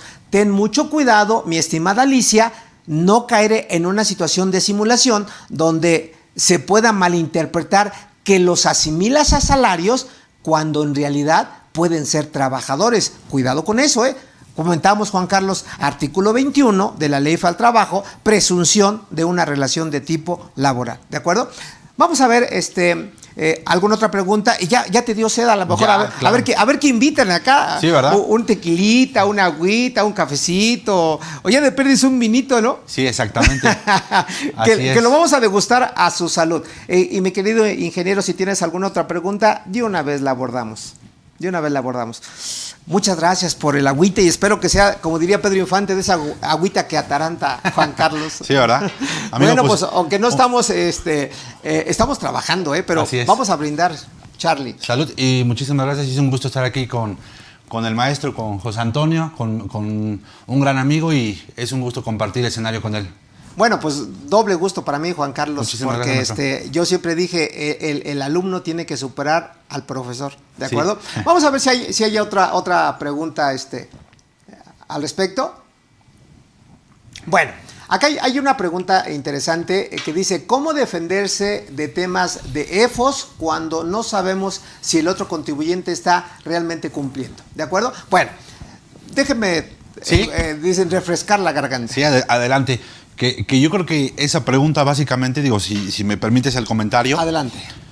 Va enfocada a la reforma, que es el artículo 40 del Código Fiscal de la Federación. Ajá, digo, que ese es uno de los temas interesantes ahorita en la reforma. Ajá. Que si quieres atender ahorita la pregunta, me gustaría que la atendieras, que la respondieras. Y posteriormente pasamos a ese punto, digo, si me lo permites o si quieres tomar algún otro punto antes a ese. Porque es un tema interesante realmente, que desde mi punto de vista la verdad es que sí exceden algunas de las situaciones que vienen en ese tema de la reforma. Bueno, mira, en esta pregunta la vuelvo a compartir para todos nuestros amigos y dice, ¿cómo defenderse de temas de EFOS? Entiéndase EFOS, empresas que facturan operaciones simuladas, ¿de acuerdo? Así es. Dice, ¿cómo defenderse en tema de EFOS cuando no sabemos si el otro contribuyente está realmente cumpliendo? Yo creo que está mal enfocada la pregunta, porque el que debiera de cumplir, Juan Carlos, es el EFO, ¿de acuerdo? Sí, claro. Porque el EDO, empresas que deducen operaciones simuladas, obviamente ese no tendría que demostrar nada, excepto la materialidad, materialidad. excepto la razón de negocios, excepto la estricta indispensabilidad. ¿Estás de acuerdo, Juan Carlos? Entonces, yo creo que esta pregunta va muy de la mano, amigo que me pregunta, de que, número uno, tienes que acreditar, y te doy la regla. Según la regla 1.5 de la resolución miscelánea, me dice que si tú tienes operaciones donde se involucran EFOS o EDOS o probables EFOS o EDOS, tú tienes que acreditar. Te dan la carga de la prueba a ti, contribuyente, que efectivamente recibiste el servicio o efectivamente recibiste el bien. Y te pongo un ejemplo que lo vi en mi diplomado de IVA. Por ejemplo, en prestación de servicios, la autoridad, ¿qué te está preguntando para acreditar que realmente es un proveedor real? ¿De acuerdo? Número uno, ¿cómo lo conociste? Número dos, ¿en qué día y quién estuvo presente en la entrevista de negociación? Número tres, ¿cómo llegaste al número que hoy le estás pagando? Número cuatro, si tienes un contrato o no. Número cinco, si el contrato está, Juan Carlos, ante fedatario público para tener fecha cierta. ¿Me explicó? Sí. Etcétera, etcétera. Si tú acreditas que cumpliste todo eso, ¿de acuerdo?, y tienes los elementos probatorios, yo creo que tienes razón de negocios. Y en la razón de negocios, que no es el único elemento que tú tienes que tener para defenderte, tú tienes que demostrar lo que a tu derecho proceda y desde luego acreditar, insisto, que realmente recibiste el bien, ¿de acuerdo?, o se enajenó la mercancía. Y yo creo que todo eso, si realmente es una operación real, transparente, no le veo mayor problema, Juan Carlos. Es, sin problema. Porque hay abogados que lógicamente te pueden defender en este orden de ideas, pero repito, siempre y cuando sea una operación real. Porque si es una operación simulada, nada más te doy el antecedente. Uno de los artículos transitorios para este año en el Código Fiscal de la Federación dice que si tú tuviste operaciones con EFOS, te dieron de plazo hasta el 31 de marzo. ¿A qué te suena esa fecha, Juan Carlos? Declaración anual. Para dejar sin efectos las facturas y presentar declaraciones complementarias. ¿Estás de acuerdo? Sí, entonces yo te diría, mi querido amigo o amiga que me preguntas, si tú tienes la duda de que si realmente es un EFO o no, dice, ante la duda, yo te diría, presenta complementarias, no te metas en problemas. ¿Por qué razón? Porque ya rebasaría el umbral de ser un tema de tipo administrativo y se convertiría en un tema de tipo penal. Entonces, aguas. Juan Carlos, si me ayudas con esta pregunta. Con gusto. José Eduardo Núñez Bautista. Lo conozco. Así es uno de tus alumnos. Es amigo. Y amigo, exactamente. Te saludo, Lalo. Adelante. Dice, con respecto a los nuevos requisitos para cancelar RFC, tratándose de liquidaciones, se tiene el inciso C, el cual establece que los ingresos, los impuestos retenidos, concuerden con los FDIs de la base de datos del SAT. ¿Cuál es su opinión? Bueno, a ver, mi querido Eduardo, hasta me voy a acomodar para que no pierda el estilo. Bueno, te debo decir un par de situaciones a propósito de tu excelente pregunta, ¿de acuerdo?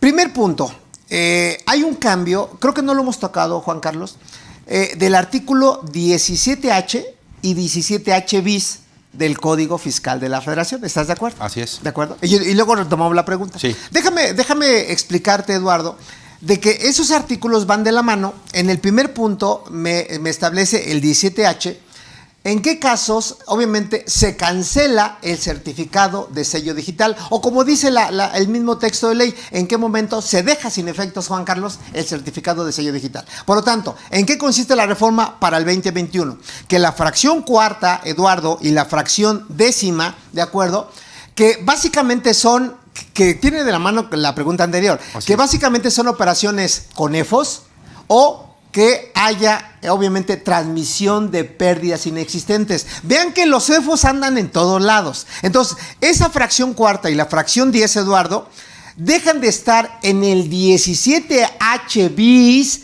y se pasan al 17H en la fracción décima y décima primera, más o menos, ¿de acuerdo? ¿Con qué intención es esto? Precisamente para quitarles esa posibilidad a las empresas que facturan operaciones simuladas, ¿de acuerdo?, de que ya pierdan el certificado y ya no puedan seguir facturando. Esa es una primera apreciación. Y segunda apreciación, complemento de tu pregunta. Volviendo con el artículo 27, Juan Carlos, efectivamente hay una disposición en el artículo 27 dentro de las facultades de la autoridad fiscal donde se establece de manera puntual que cuando una persona moral obviamente va a darse de baja en el RFC, ¿de acuerdo?, tiene que cumplir con los requisitos previos que establezca el Servicio de Administración Tributaria, en donde, como bien lo apuntabas, Juan Carlos, esos requisitos previos, mi estimado Eduardo, tienen que darse a conocer vía reglas de carácter general. Entonces, ¿cuál es la intención? Esperar a que se publiquen las reglas correspondientes. ¿Estás de acuerdo, Juan Sí, Carlos? completamente de acuerdo. Y adicional, al final tienen que pasar por el filtro de la autorización de la autoridad. O sea, no vas a ir a hacer la fusión o la decisión como tal simplemente con un mero trámite, sino que tienen que dar la autorización y ellos tienen que dar el palomazo para poder llevar a cabo esto. Que por cierto, adelante por favor con el cafecito. Gracias, qué amable. De verdad que creo que me atendían mejor que en mi casa. Bueno, pues voy a tomar 5 segundos para preparar mi cafecito y ahorita regresamos con la pregunta de Eduardo. Ahorita vamos con otra pregunta. Mis estimados amigos, tranquilizos. Vamos avanzando pianito, como dicen por ahí. Sí, así es.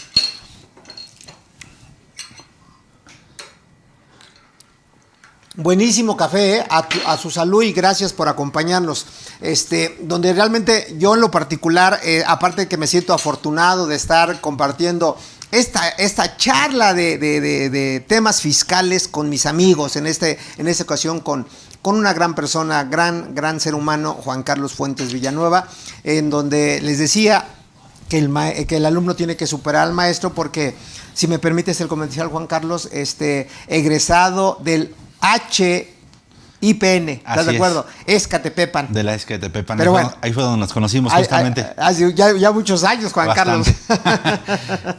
Pero bueno, entonces, cerrando la pregunta del contador Eduardo, entonces decía Eduardo, tienes que checar varios artículos, repito, 17H en las fracciones correspondientes y 17H bis, que ya se modificó, ¿de acuerdo? Tienes que repasar la reforma del 27 del Código Fiscal de la Fracción, cumpliendo requisitos previos, precisamente para efectos de que obviamente la autoridad te diga qué requisitos debes de cumplir vía reglas de carácter general. Y quería cerrar el comentario de la pregunta de Eduardo diciéndote, Juan Carlos, sí, que en el eje de la reforma fiscal, un eje para erradicar la corrupción, operaciones simuladas, en donde también ya no va a existir el secreto en materia fiscal. Y yo te preguntaría, ¿alguna vez ha existido? En ningún momento. ¿Ah? En ningún momento. Pero bueno, hoy ya se establece así. Así es. ¿Estás de acuerdo? Marca una excepción. Ajá. Y digo, y nuevamente hago el comentario en donde, a menos de que ya sea el Ministerio Público o la policía, ajá, te requieran, obviamente, esa información, ¿no? Que claro, es básicamente la reforma que viene en el tema del secreto bancario. Así es correcto. ¿No? Que hoy te voy a tocar ese tema. Así pero es. Si quieres regresamos con alguna otra pregunta, Juan Carlos, si me haces el favor. En el caso de los estados de cuenta, algunas veces no hacen válidos los digitales. Sin embargo, los bancos han dejado de entregar los físicos. ¿Habrá problema con eso? Mira, yo doy mi punto de vista y tú me darás como experto tu punto de vista. Es más, creo que en tu experiencia laboraste en alguna institución bancaria, si no mal recuerdo. Pero déjame ser un poquito humilde con mi comentario. Mira, Marisa, creo que es Marisa, ¿verdad? Si digo el otro nombre, me disculpa. Ya lo pusieron chiquito y ya no veo. Marisa Muñoz. Marisa, gracias por estar tan atenta a la charla. No sé de tu percepción, pero a mí me está encantando esta charla. Ojalá me invitara a Cadefi más seguido, Juan Carlos. Exactamente. Pero bueno, te comento, mira, algo que debemos de precisar, hablando del estado de estados de cuenta, es que el banco le pone una serie de requisitos o membretes o códigos que realmente indiquen que es un estado de cuenta, ¿de acuerdo? Así es. Menciono esto, Marisa, porque en la práctica la autoridad no considera como válidos las impresiones de movimientos bancarios. Y creo que por ahí va la pregunta, Juan Carlos. Si yo me meto obviamente a mi banca digital, puedo imprimir todos los movimientos y esos movimientos no son estado de cuenta frente al fisco. Son movimientos exclusivamente. Son movimientos bancarios. Así es. Entonces, tú como banquero en su momento, ¿cómo definirías o qué requisitos debe llevar realmente un estado de cuenta para acreditar un movimiento ante el SAT? Fíjate que esa es una controversia que se ha generado en algunas auditorías o en alguna solicitud de información que se ha tenido por parte de la autoridad, en donde, como bien comenta Marisa, los estados de cuenta, los que te mandan vía electrónica, no los están tomando en cuenta porque necesitan el documento que te llega propiamente a tu domicilio. Ok. Sin embargo, el estado de cuenta cumple con todas las características vía correo electrónico. Y de hecho, por una normatividad en materia de la Comisión Nacional Bancaria y de Valores, estipula básicamente que por cuestiones de sustentabilidad al medio ambiente, quitaron todo el tema del papel. Y entonces, automáticamente tú podrías sustituir o, ante una contingencia de una revisión, podrías invocar obviamente esta situación de que por una normatividad de sustentabilidad está el estado de cuenta que se emite vía electrónica y debería de tener la misma validez, los mismos efectos. ¿No? Sin embargo, hay auditores que obviamente te hacen la vida de cuadritos y evidentemente... ¿Dónde he escuchado eso? Sí, ¿verdad? Entonces, que nada más agregaría, Juan Carlos, Marisa, si me permites, de que quiero retomar una frase que viene precisamente en la Ley Federal de Derechos del Contribuyente. Cito el artículo 21, Juan Carlos, donde el contribuyente siempre actúa de buena fe. ¿De acuerdo? Y si yo voy con mi banco, el banco que quieras, por no decir nombres, y el banco me está diciendo que el estado de cuenta digital, para él, si es un estado de cuenta y cumple con los requisitos, pues para efectos fiscales, ¿de acuerdo? Debiera de ser la misma propuesta, ¿estás de acuerdo? Así es. Sí, perfecto. Entonces, hay dos supuestos ya, el de la normatividad de la Comisión Nacional Bancaria y de Valores, y obviamente este que acabas de precisar. Que por cierto, mis queridos amigos, y me dirijo a ustedes, hablando de los bancos y hablando de la Comisión Nacional Bancaria y de Valores, ya por 5 años, quizás 6 años, se me va el dato de momento, se publica de manera recurrente el artículo 22 de la Ley de Ingresos de la Federación, donde de manera puntual, en materia de ley PIORPI, ¿te suena familiar, Juan Carlos? Así es. Ley para prevenir e identificar operaciones con recursos de procedencia ilícita. Obviamente, el banco tiene la obligación de identificar operaciones inusuales y darle a conocer esa información a la Comisión Nacional Bancaria y de Valores. Y eso puede aperturarse, obviamente, un protocolo de lavado de dinero. Efectivamente. Y si no lo hace el banco, nada más como dato meramente al margen, la comisión puede multar a las instituciones financieras con una multa que va de 10 UMAS a 100,000 UMAS, es decir, de 868 pesos, Juan Carlos, a 8,868,000 por no identificar operaciones, obviamente, que pueden ser inusuales o que no concuerdan con el padrón habitual del cuentaviente. ¿Estás de acuerdo? Que hoy realmente si vas y te acercas, si quieres aperturar una cuenta bancaria, es todo un protocolo, yo creo que peor de cuando, me imagino. De cuando ibas a darte de alta Hacienda anteriormente, ¿no? Entonces yo creo que hoy el tema bancario está siendo una situación complicada para muchas empresas, principalmente de nueva creación, porque simplemente el hecho de ir al banco a aperturar una cuenta bancaria está haciendo todo un trámite importante en cuestión de desgaste en acudir a hacer los procesos. Me imagino. No sé si haya alguna otra pregunta. ¿Me ayudas, Juan Carlos, con esa pregunta? Sí. ¿Una persona moral que tiene pérdidas contables acumuladas puede pagar a sus accionistas dividendos provenientes de CUFIN? Es una pregunta obligada. Sí. Obligada. Déjame explicarte, Norma, y de verdad agradezco tu pregunta.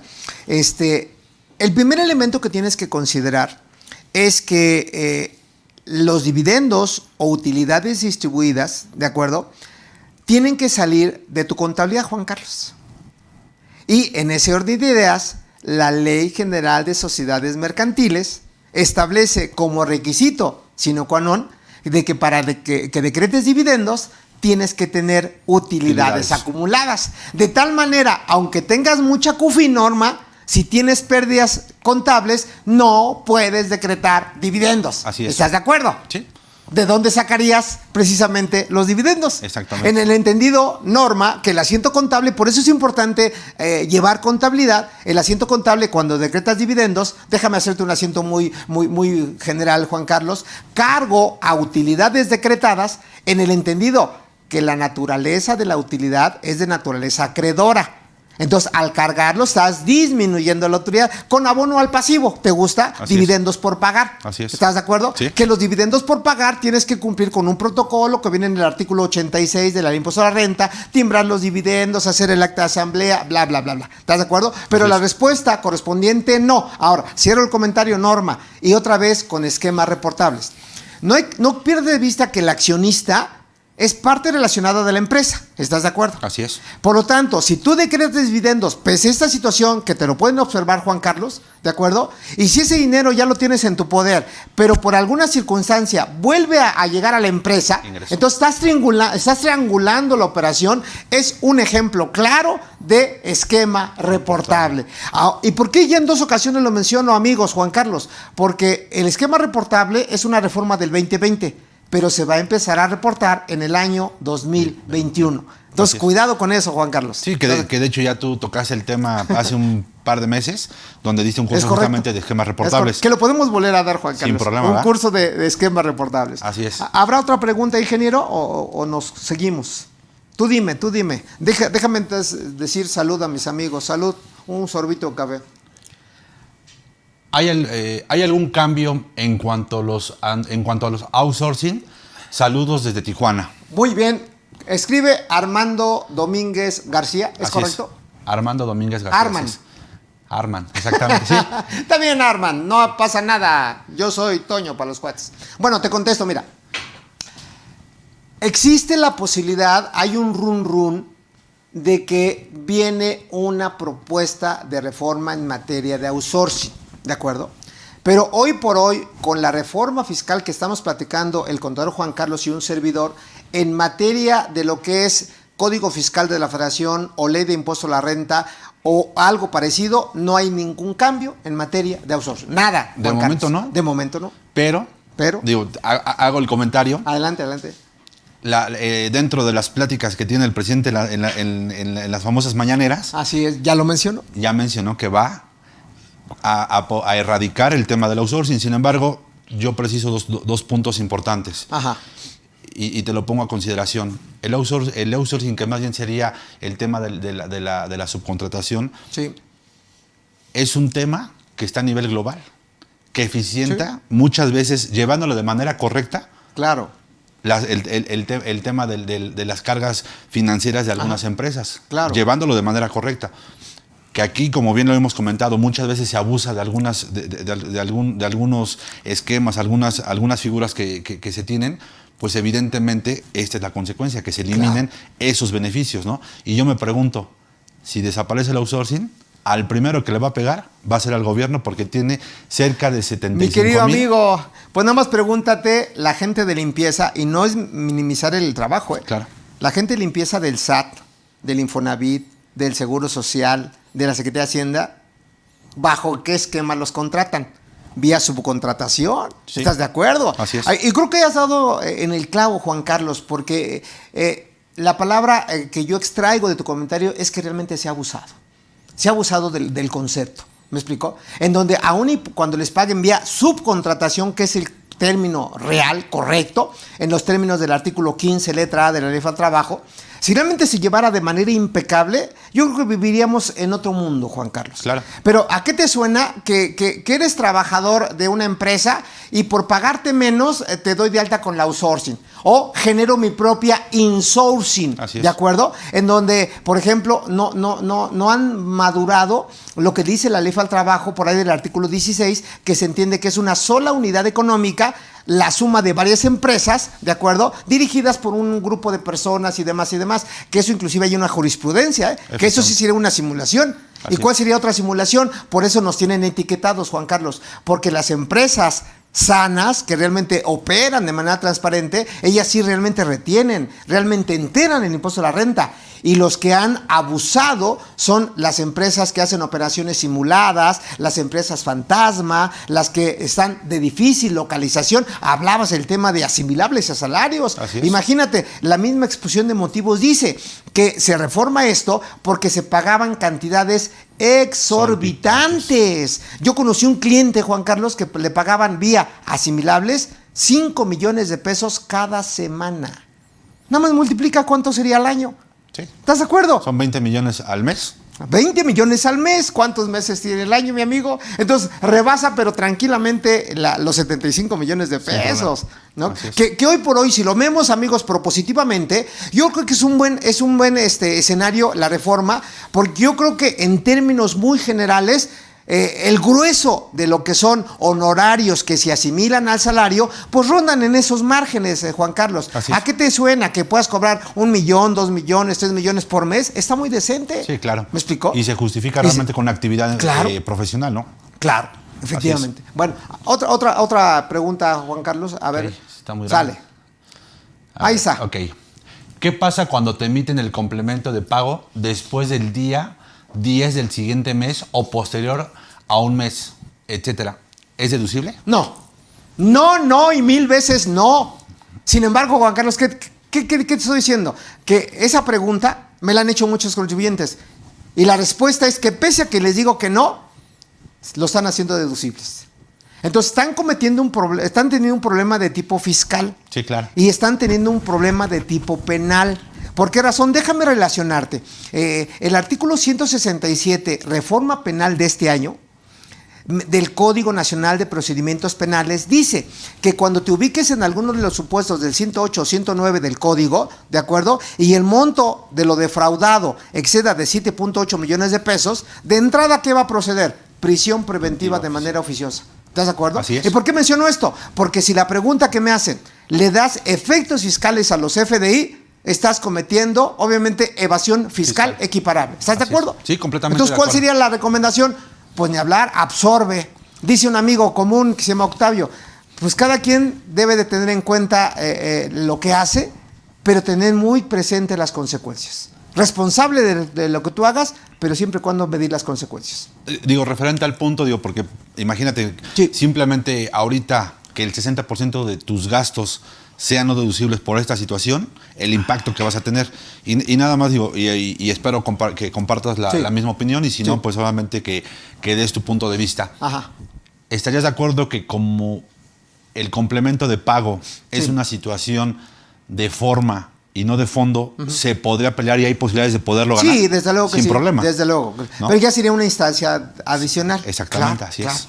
Entonces yo prefiero no caer en ese tipo de situaciones. Sí, o sea, como dices, es dar recomendaciones sanas para poder evitar llegar a la última instancia y estar en controversia con la autoridad, ¿no? Que hablando de eso, déjame abonar otro comentario a propósito de la reforma fiscal, Juan Carlos, para que no nos gane el tiempo, porque todo esto, como en la televisión, se va rapidísimo. Sí. Pero bueno, se reforma el artículo 52, letra A del Código Fiscal de la Federación, que tú recordarás, de que me habla del dictamen fiscal, en particular de un concepto que en la jerga del dictamen se llama revisión secuencial. ¿A qué te suena eso? Que cuando la autoridad pretende ejercer sus facultades de comprobación, primero tiene que revisar al auditor y después al contribuyente. Bueno, pues en eso estriba la reforma, que hoy, como está escrita el código, me dice que el auditor, obviamente a solicitud de la autoridad, puede exhibir sus papeles de trabajo, que de entrada son propiedad del auditor, ¿estás de acuerdo? Sí, claro. Sin embargo, la adición en ese artículo me dice que independientemente de que exhiba sus papeles de trabajo, ¿me explicó? Tiene que, obviamente, comparecer frente a la autoridad para que, obviamente, exprese los cuestionamientos de la autoridad, es decir, haga un desahogo de pruebas en base a sus propios papeles de trabajo. ¿Estás de acuerdo? Así es. Entonces, ¿cuál es el punto interesante? Que también, como en muchos otros temas, se ha abusado del tema de la auditoría. Y muchas veces piensan que nada más al revisar CFDIs, pago de provisionales y anuales es auditoría. No, Sí, no. la auditoría representa análisis del control interno y ver muchos escenarios que vienen precisamente en las normas de información financiera, entre otros supuestos. ¿Estás de acuerdo? Así es. Entonces ahí está un tema adicional. Vamos con otra pregunta y dice... ¿El punto 5? Sí, el punto 5. Dice, en el tema de asimilables, en la fracción cuarta, 5 o 6, ¿es recomendable la existencia de un contrato? Roberto Ruiz. Mi estimado Roberto, lo acabo de mencionar hace 10 minutos, que de acuerdo, es más, te doy el dato para que lo tengas. De acuerdo al artículo 33 del reglamento del Código Fiscal de la Federación, Juan Carlos, en su apartado A, en particular la fracción 8, me dice que los contratos, ¿de acuerdo?, forman parte de la contabilidad del contribuyente. ¿Estás de acuerdo? Sí, así es. Ahora, y por otro lado, en los términos del 27 del Código Fiscal de la Federación, el patrón o el prestatario, ¿ve lo que voy a decir, Juan Carlos? Sí. Tienen la obligación de inscribir al trabajador y al asimilable en el RFC. Y yo nada más pregunto, ¿quién de tus clientes tiene esa información? No. Casi nadie, Sí, casi o nadie. ¿Están de acuerdo? Entonces, mi respuesta es sí debe de haber un contrato, ¿de acuerdo? Y es más, agregaría, si es trabajador, contrato individual de trabajo y después el contrato colectivo de trabajo. Así es. Y en materia de asimilables, un contrato en materia civil que por jurisprudencia no necesita tener fecha cierta. Pero dicen, más seguro, más marrao. Llévalo con el notario público para que tenga fecha cierta. Así es. ¿Sale? Pregunta 6, Juan Carlos, dice. Una duda.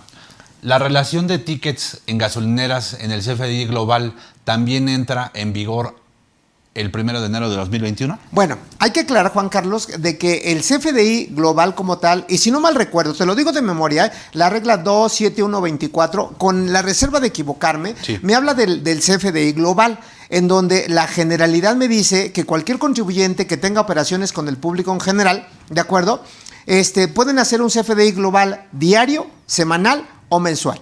Y en el caso del RIP, el régimen de incorporación fiscal tiene que hacerlo de manera bimestral. ¿Estás de acuerdo? Así es. Ok. En el CFDI global, según la regla, tienen que desglosar el IVA y el IEPS. Y en ese CFDI global se tienen que relacionar todos los tickets simplificados que la misma regla te define. Entonces, la respuesta es sí. Sí. ¿Estás de acuerdo? Sale. Pregunta 7 dice, sobre esquemas reportables de diferencias entre partidas contables y fiscales, ¿se reporta solo cuando la deducción fiscal es mayor a la contable o también cuando lo contable es mayor a lo fiscal? Esto en el caso de la deducción inmediata de maquinaria y equipo aplicable en ejercicios anteriores, y en la actualidad la deducción fiscal por nuevas adquisiciones representa un importe menor respecto a la depreciación contable de toda maquinaria y equipo, considerando entre esta la depreciación contable y de aquella maquinaria y equipo. Y ahí se queda. Bueno, no sé quién me la pregunta, pero te comento, Juan Carlos. Yo déjenme darles una recomendación a mis amigos, ¿de acuerdo? Porque hoy ya muchos somos amigos, ¿de Así acuerdo? es. Recomendación, cuando alguien me preguntaba, ¿cómo entiendes o cómo aprendes fiscal, José Antonio? Primera recomendación, Juan Carlos, hay que leer con precisión, ¿de acuerdo? Hay que entender lo que la ley te está dando a entender, ¿me explicó? Así es. Hay que leer, hay que comprender y luego hay que aplicar, más o menos en ese orden de ideas. ¿Por qué menciono esto?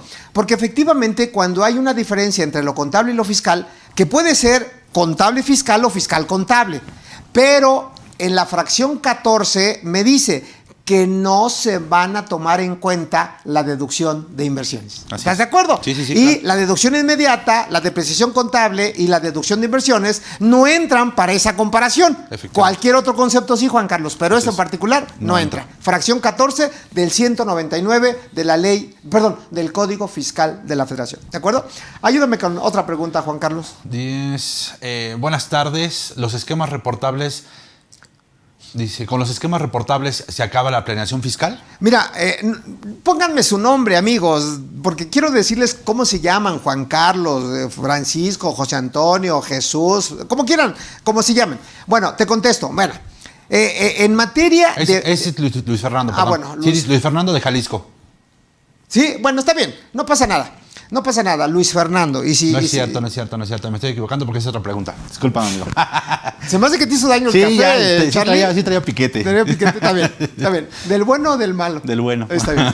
Mira, te contesto. Mira, la planeación fiscal como tal, y voy a parafrasear una frase que dijo el procurador fiscal de la Federación. ¿Me explicó? Okay.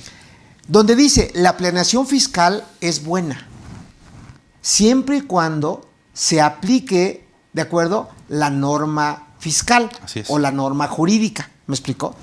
Porque si vas más allá de la norma, ¿de acuerdo?, ya no estás planeando, estás simulando, Juan Carlos. Sí, claro. Entonces, respondiendo a tu pregunta, la planeación fiscal continúa siempre y cuando sea en apego a la ley, y si derivado de eso caes en un supuesto de esquema reportable, Juan Carlos, repórtalo, no Claro. pasa nada. La autoridad va a instaurar un comité, ¿de acuerdo?, donde precisamente se va a analizar el caso en particular, y si está en base a la ley, no va a pasar nada. ¿Estás de acuerdo? Sí, y saco Adelante. simplemente el comentario Sí. de lo que siempre platicamos, ¿no? Sí. Las inversiones, un automóvil, un ejemplo, ¿no? Así es. Oye, ¿sabes qué? Pues lo voy a registrar como activo fijo. Ok. Cuando realmente sabemos que una inversión Ajá. te va a generar un beneficio económico Claro. futuro.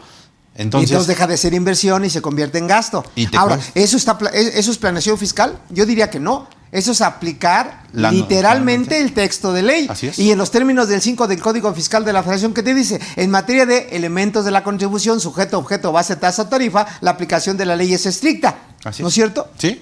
Así es. Sí, y le pegas realmente, Claro. pues obviamente al impuesto. Así es. ¿no? Entonces, y siendo propositivos, pues obviamente yo creo que no se acaba, como bien comentas, el tema de Claro. la planeación, simplemente es dar a conocer cuáles son y aplicar la norma tal y como lo Totalmente, establece. sí. ¿no?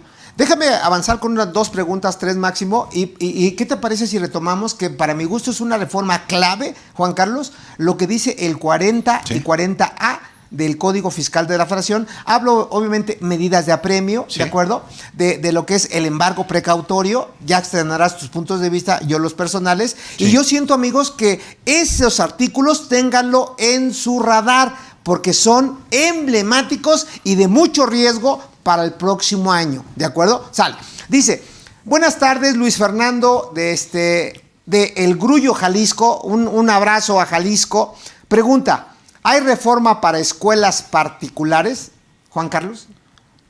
No nada más, salvo nada más el de impuesto, la ley de impuesto a la renta, Así en donde es. se deroga el tema del programa Artículo de escuela. 80, ¿no? Particularmente. Exactamente, que es escuela-empresa, en donde prácticamente durante 23 años, que fue cuando ¿Qué dio no se a conocer- utilizó? Nunca se utilizó, solamente un contribuyente y apenas... por eso lo quitaron. Y el año pasado perdió la autorización y lo quitaron. Sin embargo, creo que la pregunta de Luis, de Jalisco, del Grullo, Jalisco, creo que va más allá. Déjame externar mis puntos sí, de sí. vista. Y si me equivoco, me disculpo, Luis. Pero creo que va tu pregunta en el siguiente orden de días. El artículo 80 y 82 del Código Fiscal, no, de la Ley de Impuesto a la Renta, corrijo, de la Ley de Impuesto a la Renta, menciona que las personas morales que tributan hoy respecto al título 3 de la Ley del Impuesto a la Renta van a tener 2 limitantes de manera muy puntual.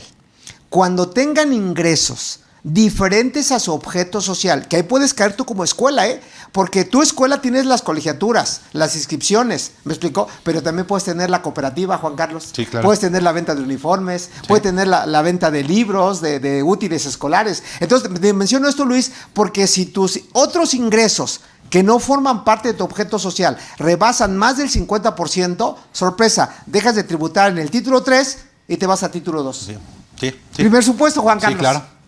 Que eso fue una reforma del 2014, cuando originalmente las escuelas estaban en el título 3, Así es. pero realmente estaban abusando, otra vez hablando del abuso. Así es. Porque decía el padre de familia, oye, yo te estoy pagando el uniforme y quiero mi factura. Y le decía la escuela, pues en el recibo que te doy, ahí viene todo. No, amigo, hoy tienes que desglosarlo. Los Así uniformes, ingreso acumulable. Los uniformes causan IVA. Así es. Las escuelas no. No. Cuando tengan reconocimiento de validez oficial, artículo 15 de la Así ley es. del IVA. Ahora, segundo comentario. Si tienes autorización para recibir donativos, el segundo supuesto, Luis, del Grullo, Jalisco, me dice la reforma que cuando pierdas la autorización o te revoquen esa autorización, si eres asociación civil o sociedad civil, que regularmente ahí están las escuelas, Juan Carlos, Así es. tienen que donar. Escucha esto, mi querido amigos, Todos. que te vas a quedar infartado.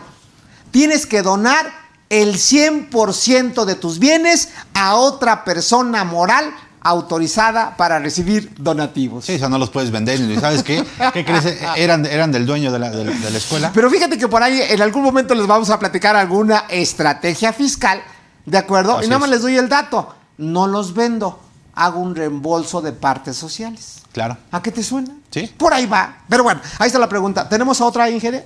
Sale, dice: profesor José Antonio, buenas tardes, soy Salvador Chava. Chava, un abrazo de verdad fraternal, espero que te encuentres muy bien. Yo aquí disfrutando del evento con mi querido amigo Charlie. Dice, mi pregunta es, si se decreta dividendos y se le pagan a los socios y estos lo regresan a la empresa vía aportación o incremento de capital, ¿es un esquema reportable? Sí. Si no mal recuerdo, esto viene en la fracción cuarta del artículo 199 del Código Fiscal de la Federación, operaciones entre partes relacionadas, Juan Carlos. Tan, Sí. tan. Y Claro. sí, es correcto, fracción cuarta, sin lugar a dudas. Sí. Entonces ahí está, ¿de acuerdo? ¿Qué te parece, Juan Carlos, si retomamos la idea? En donde, repito, vamos a hablar del 40 del código, ¿de Así acuerdo? Y 40 letra del código. Mis queridos amigos, ¿de qué hablan esos artículos? De medidas de apremio, ¿de acuerdo?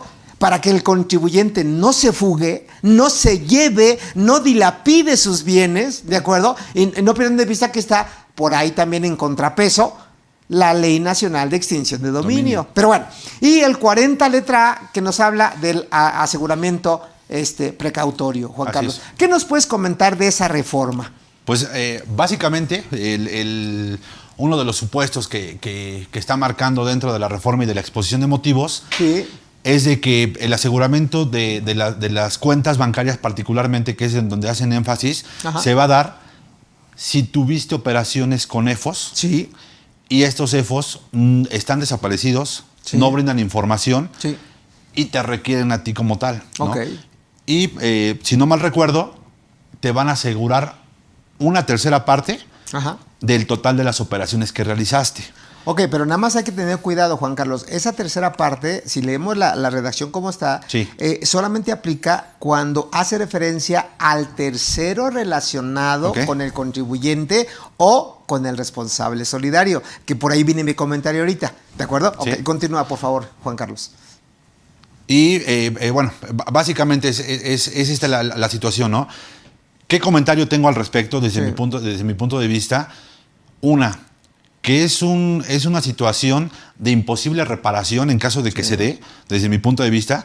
Creo que aquí la autoridad está excediendo realmente el tema de las facultades que pueda tener, Ok. porque no permite ni siquiera el derecho de audiencia o el derecho de poder plasmar situaciones de poderte defender, sino que va directamente con el tema del aseguramiento de las cuentas. Claro. ¿Y por qué digo de imposible reparación? Porque recordarás, si te bloquean cuentas bancarias, Claro. prácticamente es una muerte financiera dentro de tu empresa. Sí, sí, sí. Entonces- no, pero por supuesto. por Entonces, supuesto. digo, que se pueden hacer algunas otras cuestiones, sí, pero al final creo que te generan una situación de incertidumbre, Ok. tanto para que tu negocio siga generando y en consecuencia sigas produciendo y sigas pagando impuestos, y simplemente por una situación de que falta de control interno, de no detectar con quién estás operando, de posiblemente de hacer revisiones de manera periódica, no estás identificando bien con quién estás operando, que pueden Claro. ser EFOS o EDOS. Entonces, Totalmente. desde mi punto de vista, estas son las situaciones alarmantes que están dentro, y bien lo mencionabas en el spot, situaciones agresivas que se van ya directamente con A el la cuestión aseguramiento. penal. Exactamente, y la cuestión penal, ¿no? Así es. Pero bueno, en complemento a lo que tú mencionas, Juan Carlos, yo quiero ir un poquito más allá, poniéndome un poquito la camiseta de abogado, aunque no soy abogado. Así es. Yo creo que hay una precisión que le faltaba a la autoridad para, obviamente, engranar perfectamente el 40 del código y el 40 letra, que son artículos que son complementarios, o no puede existir uno sin el otro. ¿Por qué menciono esto? Porque había una situación muy diferente en lo que dice el 40 y luego, si me remito al 40 letra, en particular cuando hacía referencia a 3 personas que son responsables solidarios. Por ejemplo, El artículo 40 de entrada, en su primer párrafo, dice que se va a considerar como una medida de premio que va a aplicar para el contribuyente, el responsable solidario en los términos del 26 del Código, o tercero con ellos relacionados. Y luego ya, si me voy a la fracción primera y a la fracción tercera del 40 letra A, primer situación disímil, de que nada más habla del contribuyente y del responsable solidario, y dejaba fuera al tercero relacionado con ellos. Sí. ¿Sí me expliqué? Sí, sí, sí. Y para que nuestros amigos entendamos todos juntos, ¿quién es un tercero relacionado? Pues sencillo, amigo. Si hablamos de operaciones de EFOS y de EDOS, ¿de acuerdo? Obviamente el contribuyente es el EFO, la empresa que factura operaciones simuladas. ¿Y quién crees que es un tercero relacionado con el EFO? El EDO. El EDO.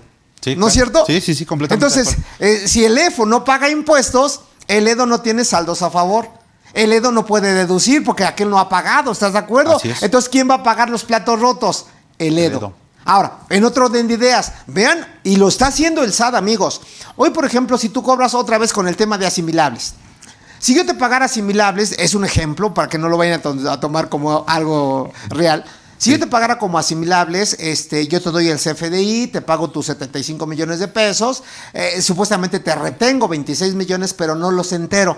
¿Qué está haciendo la autoridad, Juan Carlos? Ya no se va con el prestatario, es decir, conmigo. ¿Con quién se está yendo? Se va a ir con la persona física. El tercero relacionado con el contribuyente, es decir, contigo. Así es. Por ahí viene la reforma, mis amigos. Ahora, ¿por qué menciono esto? Porque en el embargo precautorio, que por cierto, Juan Carlos, cambia el orden de prelación. ¿Y qué es el orden de prelación? El orden de importancia para asegurar bienes, para que nuestros amigos entendamos juntos. Hoy el artículo 40, fracción tercera, dice que la autoridad va a embargar de manera precautoria los bienes inmuebles. Hoy. Sí. Y para el próximo año, ¿qué crees que va a embargar de manera precautoria como primer nivel? Las cuentas bancarias. Pues claro, ¿sí? ¿Qué es lo que quiere la autoridad? Dinero fresco. ¿Estás de acuerdo? Sí, completamente de acuerdo. Entonces, yo los invito a que leamos de manera conjunta, o si no, en el curso de reformas fiscales, perdón por hacerme comercial, que ya lo tendrán ustedes en la página de CADEFI, si no va a salir próximamente. Vamos a dar en extenso, obviamente, el curso de reformas fiscales viendo los pormenores. Pero aquí, ¿qué se destaca, Juan Carlos? Que están haciendo responsable solidario al tercero relacionado con el contribuyente o responsable solidario. Y número 2, que cambia el orden de prelación.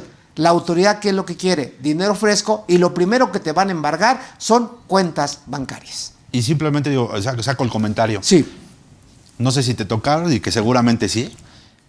Contribuyentes que te dicen, oye, ¿sabes qué? Me llegó una carta del SAT en este año, sí, en donde dice, ¿sabes qué? Me está requiriendo información porque me pagaron por medio de asimilados. Bueno, ¿y quién te pagó? Sí. ¿Pagaron retenciones? Nunca pagaron retenciones. Entonces, justamente por eso, por ahí quieren amarrar el tema del aseguramiento de las cuentas. ¿Por qué? Porque es bien sabido, pues obviamente, que no se está pagando esas retenciones que en estricto sentido deberían de estarse generando. Y porque bien dice la exposición de motivos, lo único que hacía la persona física era presentar su recibo de pago, en donde le decía, bueno, yo cumplí, aquí está mi recibo, y al amparo de eso, pues ve y reclámale. ¿Sabes qué me recuerda esto, Juan Carlos? Sí. Que también lo he expuesto. Un concepto que viene en el artículo 256 del Código Nacional de Procedimientos Penales, que nos habla de criterios de oportunidad. ¿A qué te resuena eso? ¿A qué te suena esto? Que si llegara el SAT hoy, que lo está haciendo, que diga, a ver, fulanito de tal, ¿tú cobras por asimilable? Sí. ¿De acuerdo? Entonces, para que no te finques responsabilidades porque eres un tercero relacionado con el contribuyente y ya tú tendrías que pagar los impuestos, pese a que él te pagó asimilables, ¿de acuerdo? Sí. Si quieres ejercer tu derecho a un criterio de oportunidad, ¿qué dice ese artículo? Que en materia fiscal tienes que denunciar a quien te pagó. Sí, claro. Y dándole todos los pormenores para que la autoridad voltee a verlo a ellos. Y se suspende, ahí sí, se suspende la acción penal, pero lo tiene que aprobar una dama. ¿Y esa dama cómo se llama? Secretaría de Hacienda y Crédito Público. Efectivamente. Sí, claro. Entonces, cuidado con esto, Yo creo que se ha abusado. Y déjame para avanzarle en otro orden de ideas. Vienen a lo mejor cambios no tan agresivos o no tan no tan significativos, y voy a citarte un ejemplo. Artículo 17K del Código Fiscal de la Federación, Sí. donde la autoridad a partir del próximo año va a otorgar, mejor dicho, un servicio de identidad biométrica. Así es. ¿A qué te suena eso, Juan Carlos? Sí, de hecho, cuando lo estuve leyendo, la verdad es que dije, inclusive, fíjate, lo más preocupante Sí. es de que no va a ser con entidades, o así lo estipula el texto tal cual, Ajá. no va a ser con entidades federales, sino va a ser con instituciones privadas, porque así lo enuncia el texto de la reforma. Ajá, Entonces, pues cualquiera va a poder decir, oye, si realmente es José Antonio, Ajá. porque lo va a hacer en código binario inclusive, Claro. ¿no? ¿Sí o no? La autoridad va a decir sí o no nada más. Sí, nada más. ¿Eres o no eres? Exactamente, ¿no? Pero ¿qué es precisamente la identidad biométrica? Es cuando a través del iris, ¿de acuerdo? De tu rostro, de las huellas dactilares, de tu voz, identifique que realmente eres Juan Carlos Fuentes Villanueva Así o es. José Antonio González Castro. Ahora, ¿por qué se dio esto? Porque yo también en mis cursos lo mencionaba, que la autoridad se ha dado cuenta de que existen socios o personas que hoy por hoy son contribuyentes y que realmente ya están fallecidos. Entonces, por eso yo te dije hace un par de minutos que cuando quieras hacer un trámite ante el RFC, que dije en su momento, tienes que acreditar tu identidad. Sí, claro. ¿De acuerdo? Sí. Tu domicilio y la situación fiscal, que esté al corriente. Al corriente. ¿Estás de acuerdo? Sí, claro. Entonces, ojo con eso, porque la autoridad va con todo. Sí. Ahora, en otro orden de días también es importante mencionar que, insisto, a lo mejor no es tan trascendental, pero la autoridad también, en el artículo 17F del Código Fiscal de la Federación, establece una facultad de la autoridad fiscal para dar asistencia gratuita. ¿Me Claro, explico? sí. Pero amigos, vean el trasfondo de la reforma, ¿eh? Una asistencia gratuita es como aquella que te dice, a ver, autoridad, yo compré este colchón o este sillón, quiero que me digas si es deducible, y la autoridad se va a pronunciar. Sí, sí, claro. O estoy atrasado en mi contabilidad, en mis pagos de impuestos, la autoridad me va a invitar a que me regularice. ¿Me explicó? Sí. O inclusive me va a decir algunos beneficios que pueda tener. ¿Me expliqué? Pero aquí yo creo que hay que ver el trasfondo de todo esto, ¿no? No, pues simplemente... ¿Qué es la fiscalización, yo Y creo? con una inscripción al RFC, Ajá. en vez de que te den de alta en una actividad donde puedas realmente tener un beneficio, Claro. que te den una actividad donde no. Así Claro, es. concreto RIF contra una actividad empresarial, Totalmente. ¿no? Claro. Entonces, Claro. ahí puede haber que de cierta forma no puede ser tan equitativa pues le podríamos llamar recomendaciones que te puede dar el SAT en cierto momento, ¿no? Claro. Fíjate que en otro orden de días también, Juan Carlos, un par de comentarios adicionales porque el tiempo ya nos Apremia, ganó. sí. Mira, hoy también a propósito de conceptos como, ¿a qué te suena? Personas morales residentes en el extranjero sin establecimiento permanente. ¿A qué te suena? Entidades transparentes. ¿Me explicó? ¿A qué te suena establecimiento permanente propiamente dicho? ¿Me explicó? Sí. ¿A qué te suena el BEPS y demás? ¿Por qué menciono esto? Porque hoy se establece en una reforma al artículo 26 del Código Fiscal de la Federación, hablando de responsables solidarios, de que cuando se involucre una persona moral con establecimiento permanente en México, que tenga operaciones con residente en México o con otro residente en el extranjero con establecimiento permanente, las personas que están aquí son responsables solidarias, escucha esto, Sí. de los impuestos que causaron aquellas empresas y que no pagaron al fisco. Exactamente. Entonces el fisco, insisto, va con todo, ¿me explico? Sí, efectivamente. Y quisiera terminar, si me permites, Juan Carlos, a reserva de ver si hay algunas otras preguntas de nuestro distinguido auditorio. Sí. Hay una reforma que también siento que es importante mencionar, artículo 69C del Código Fiscal de la Federación. ¿Te suena familiar el concepto llamado acuerdos conclusivos? Así es.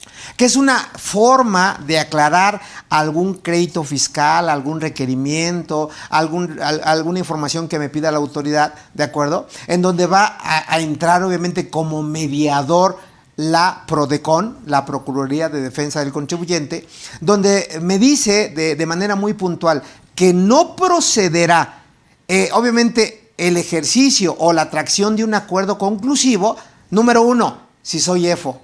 Pues es Sí. lógico. Eres EFO, asume tus consecuencias. Sí, claro.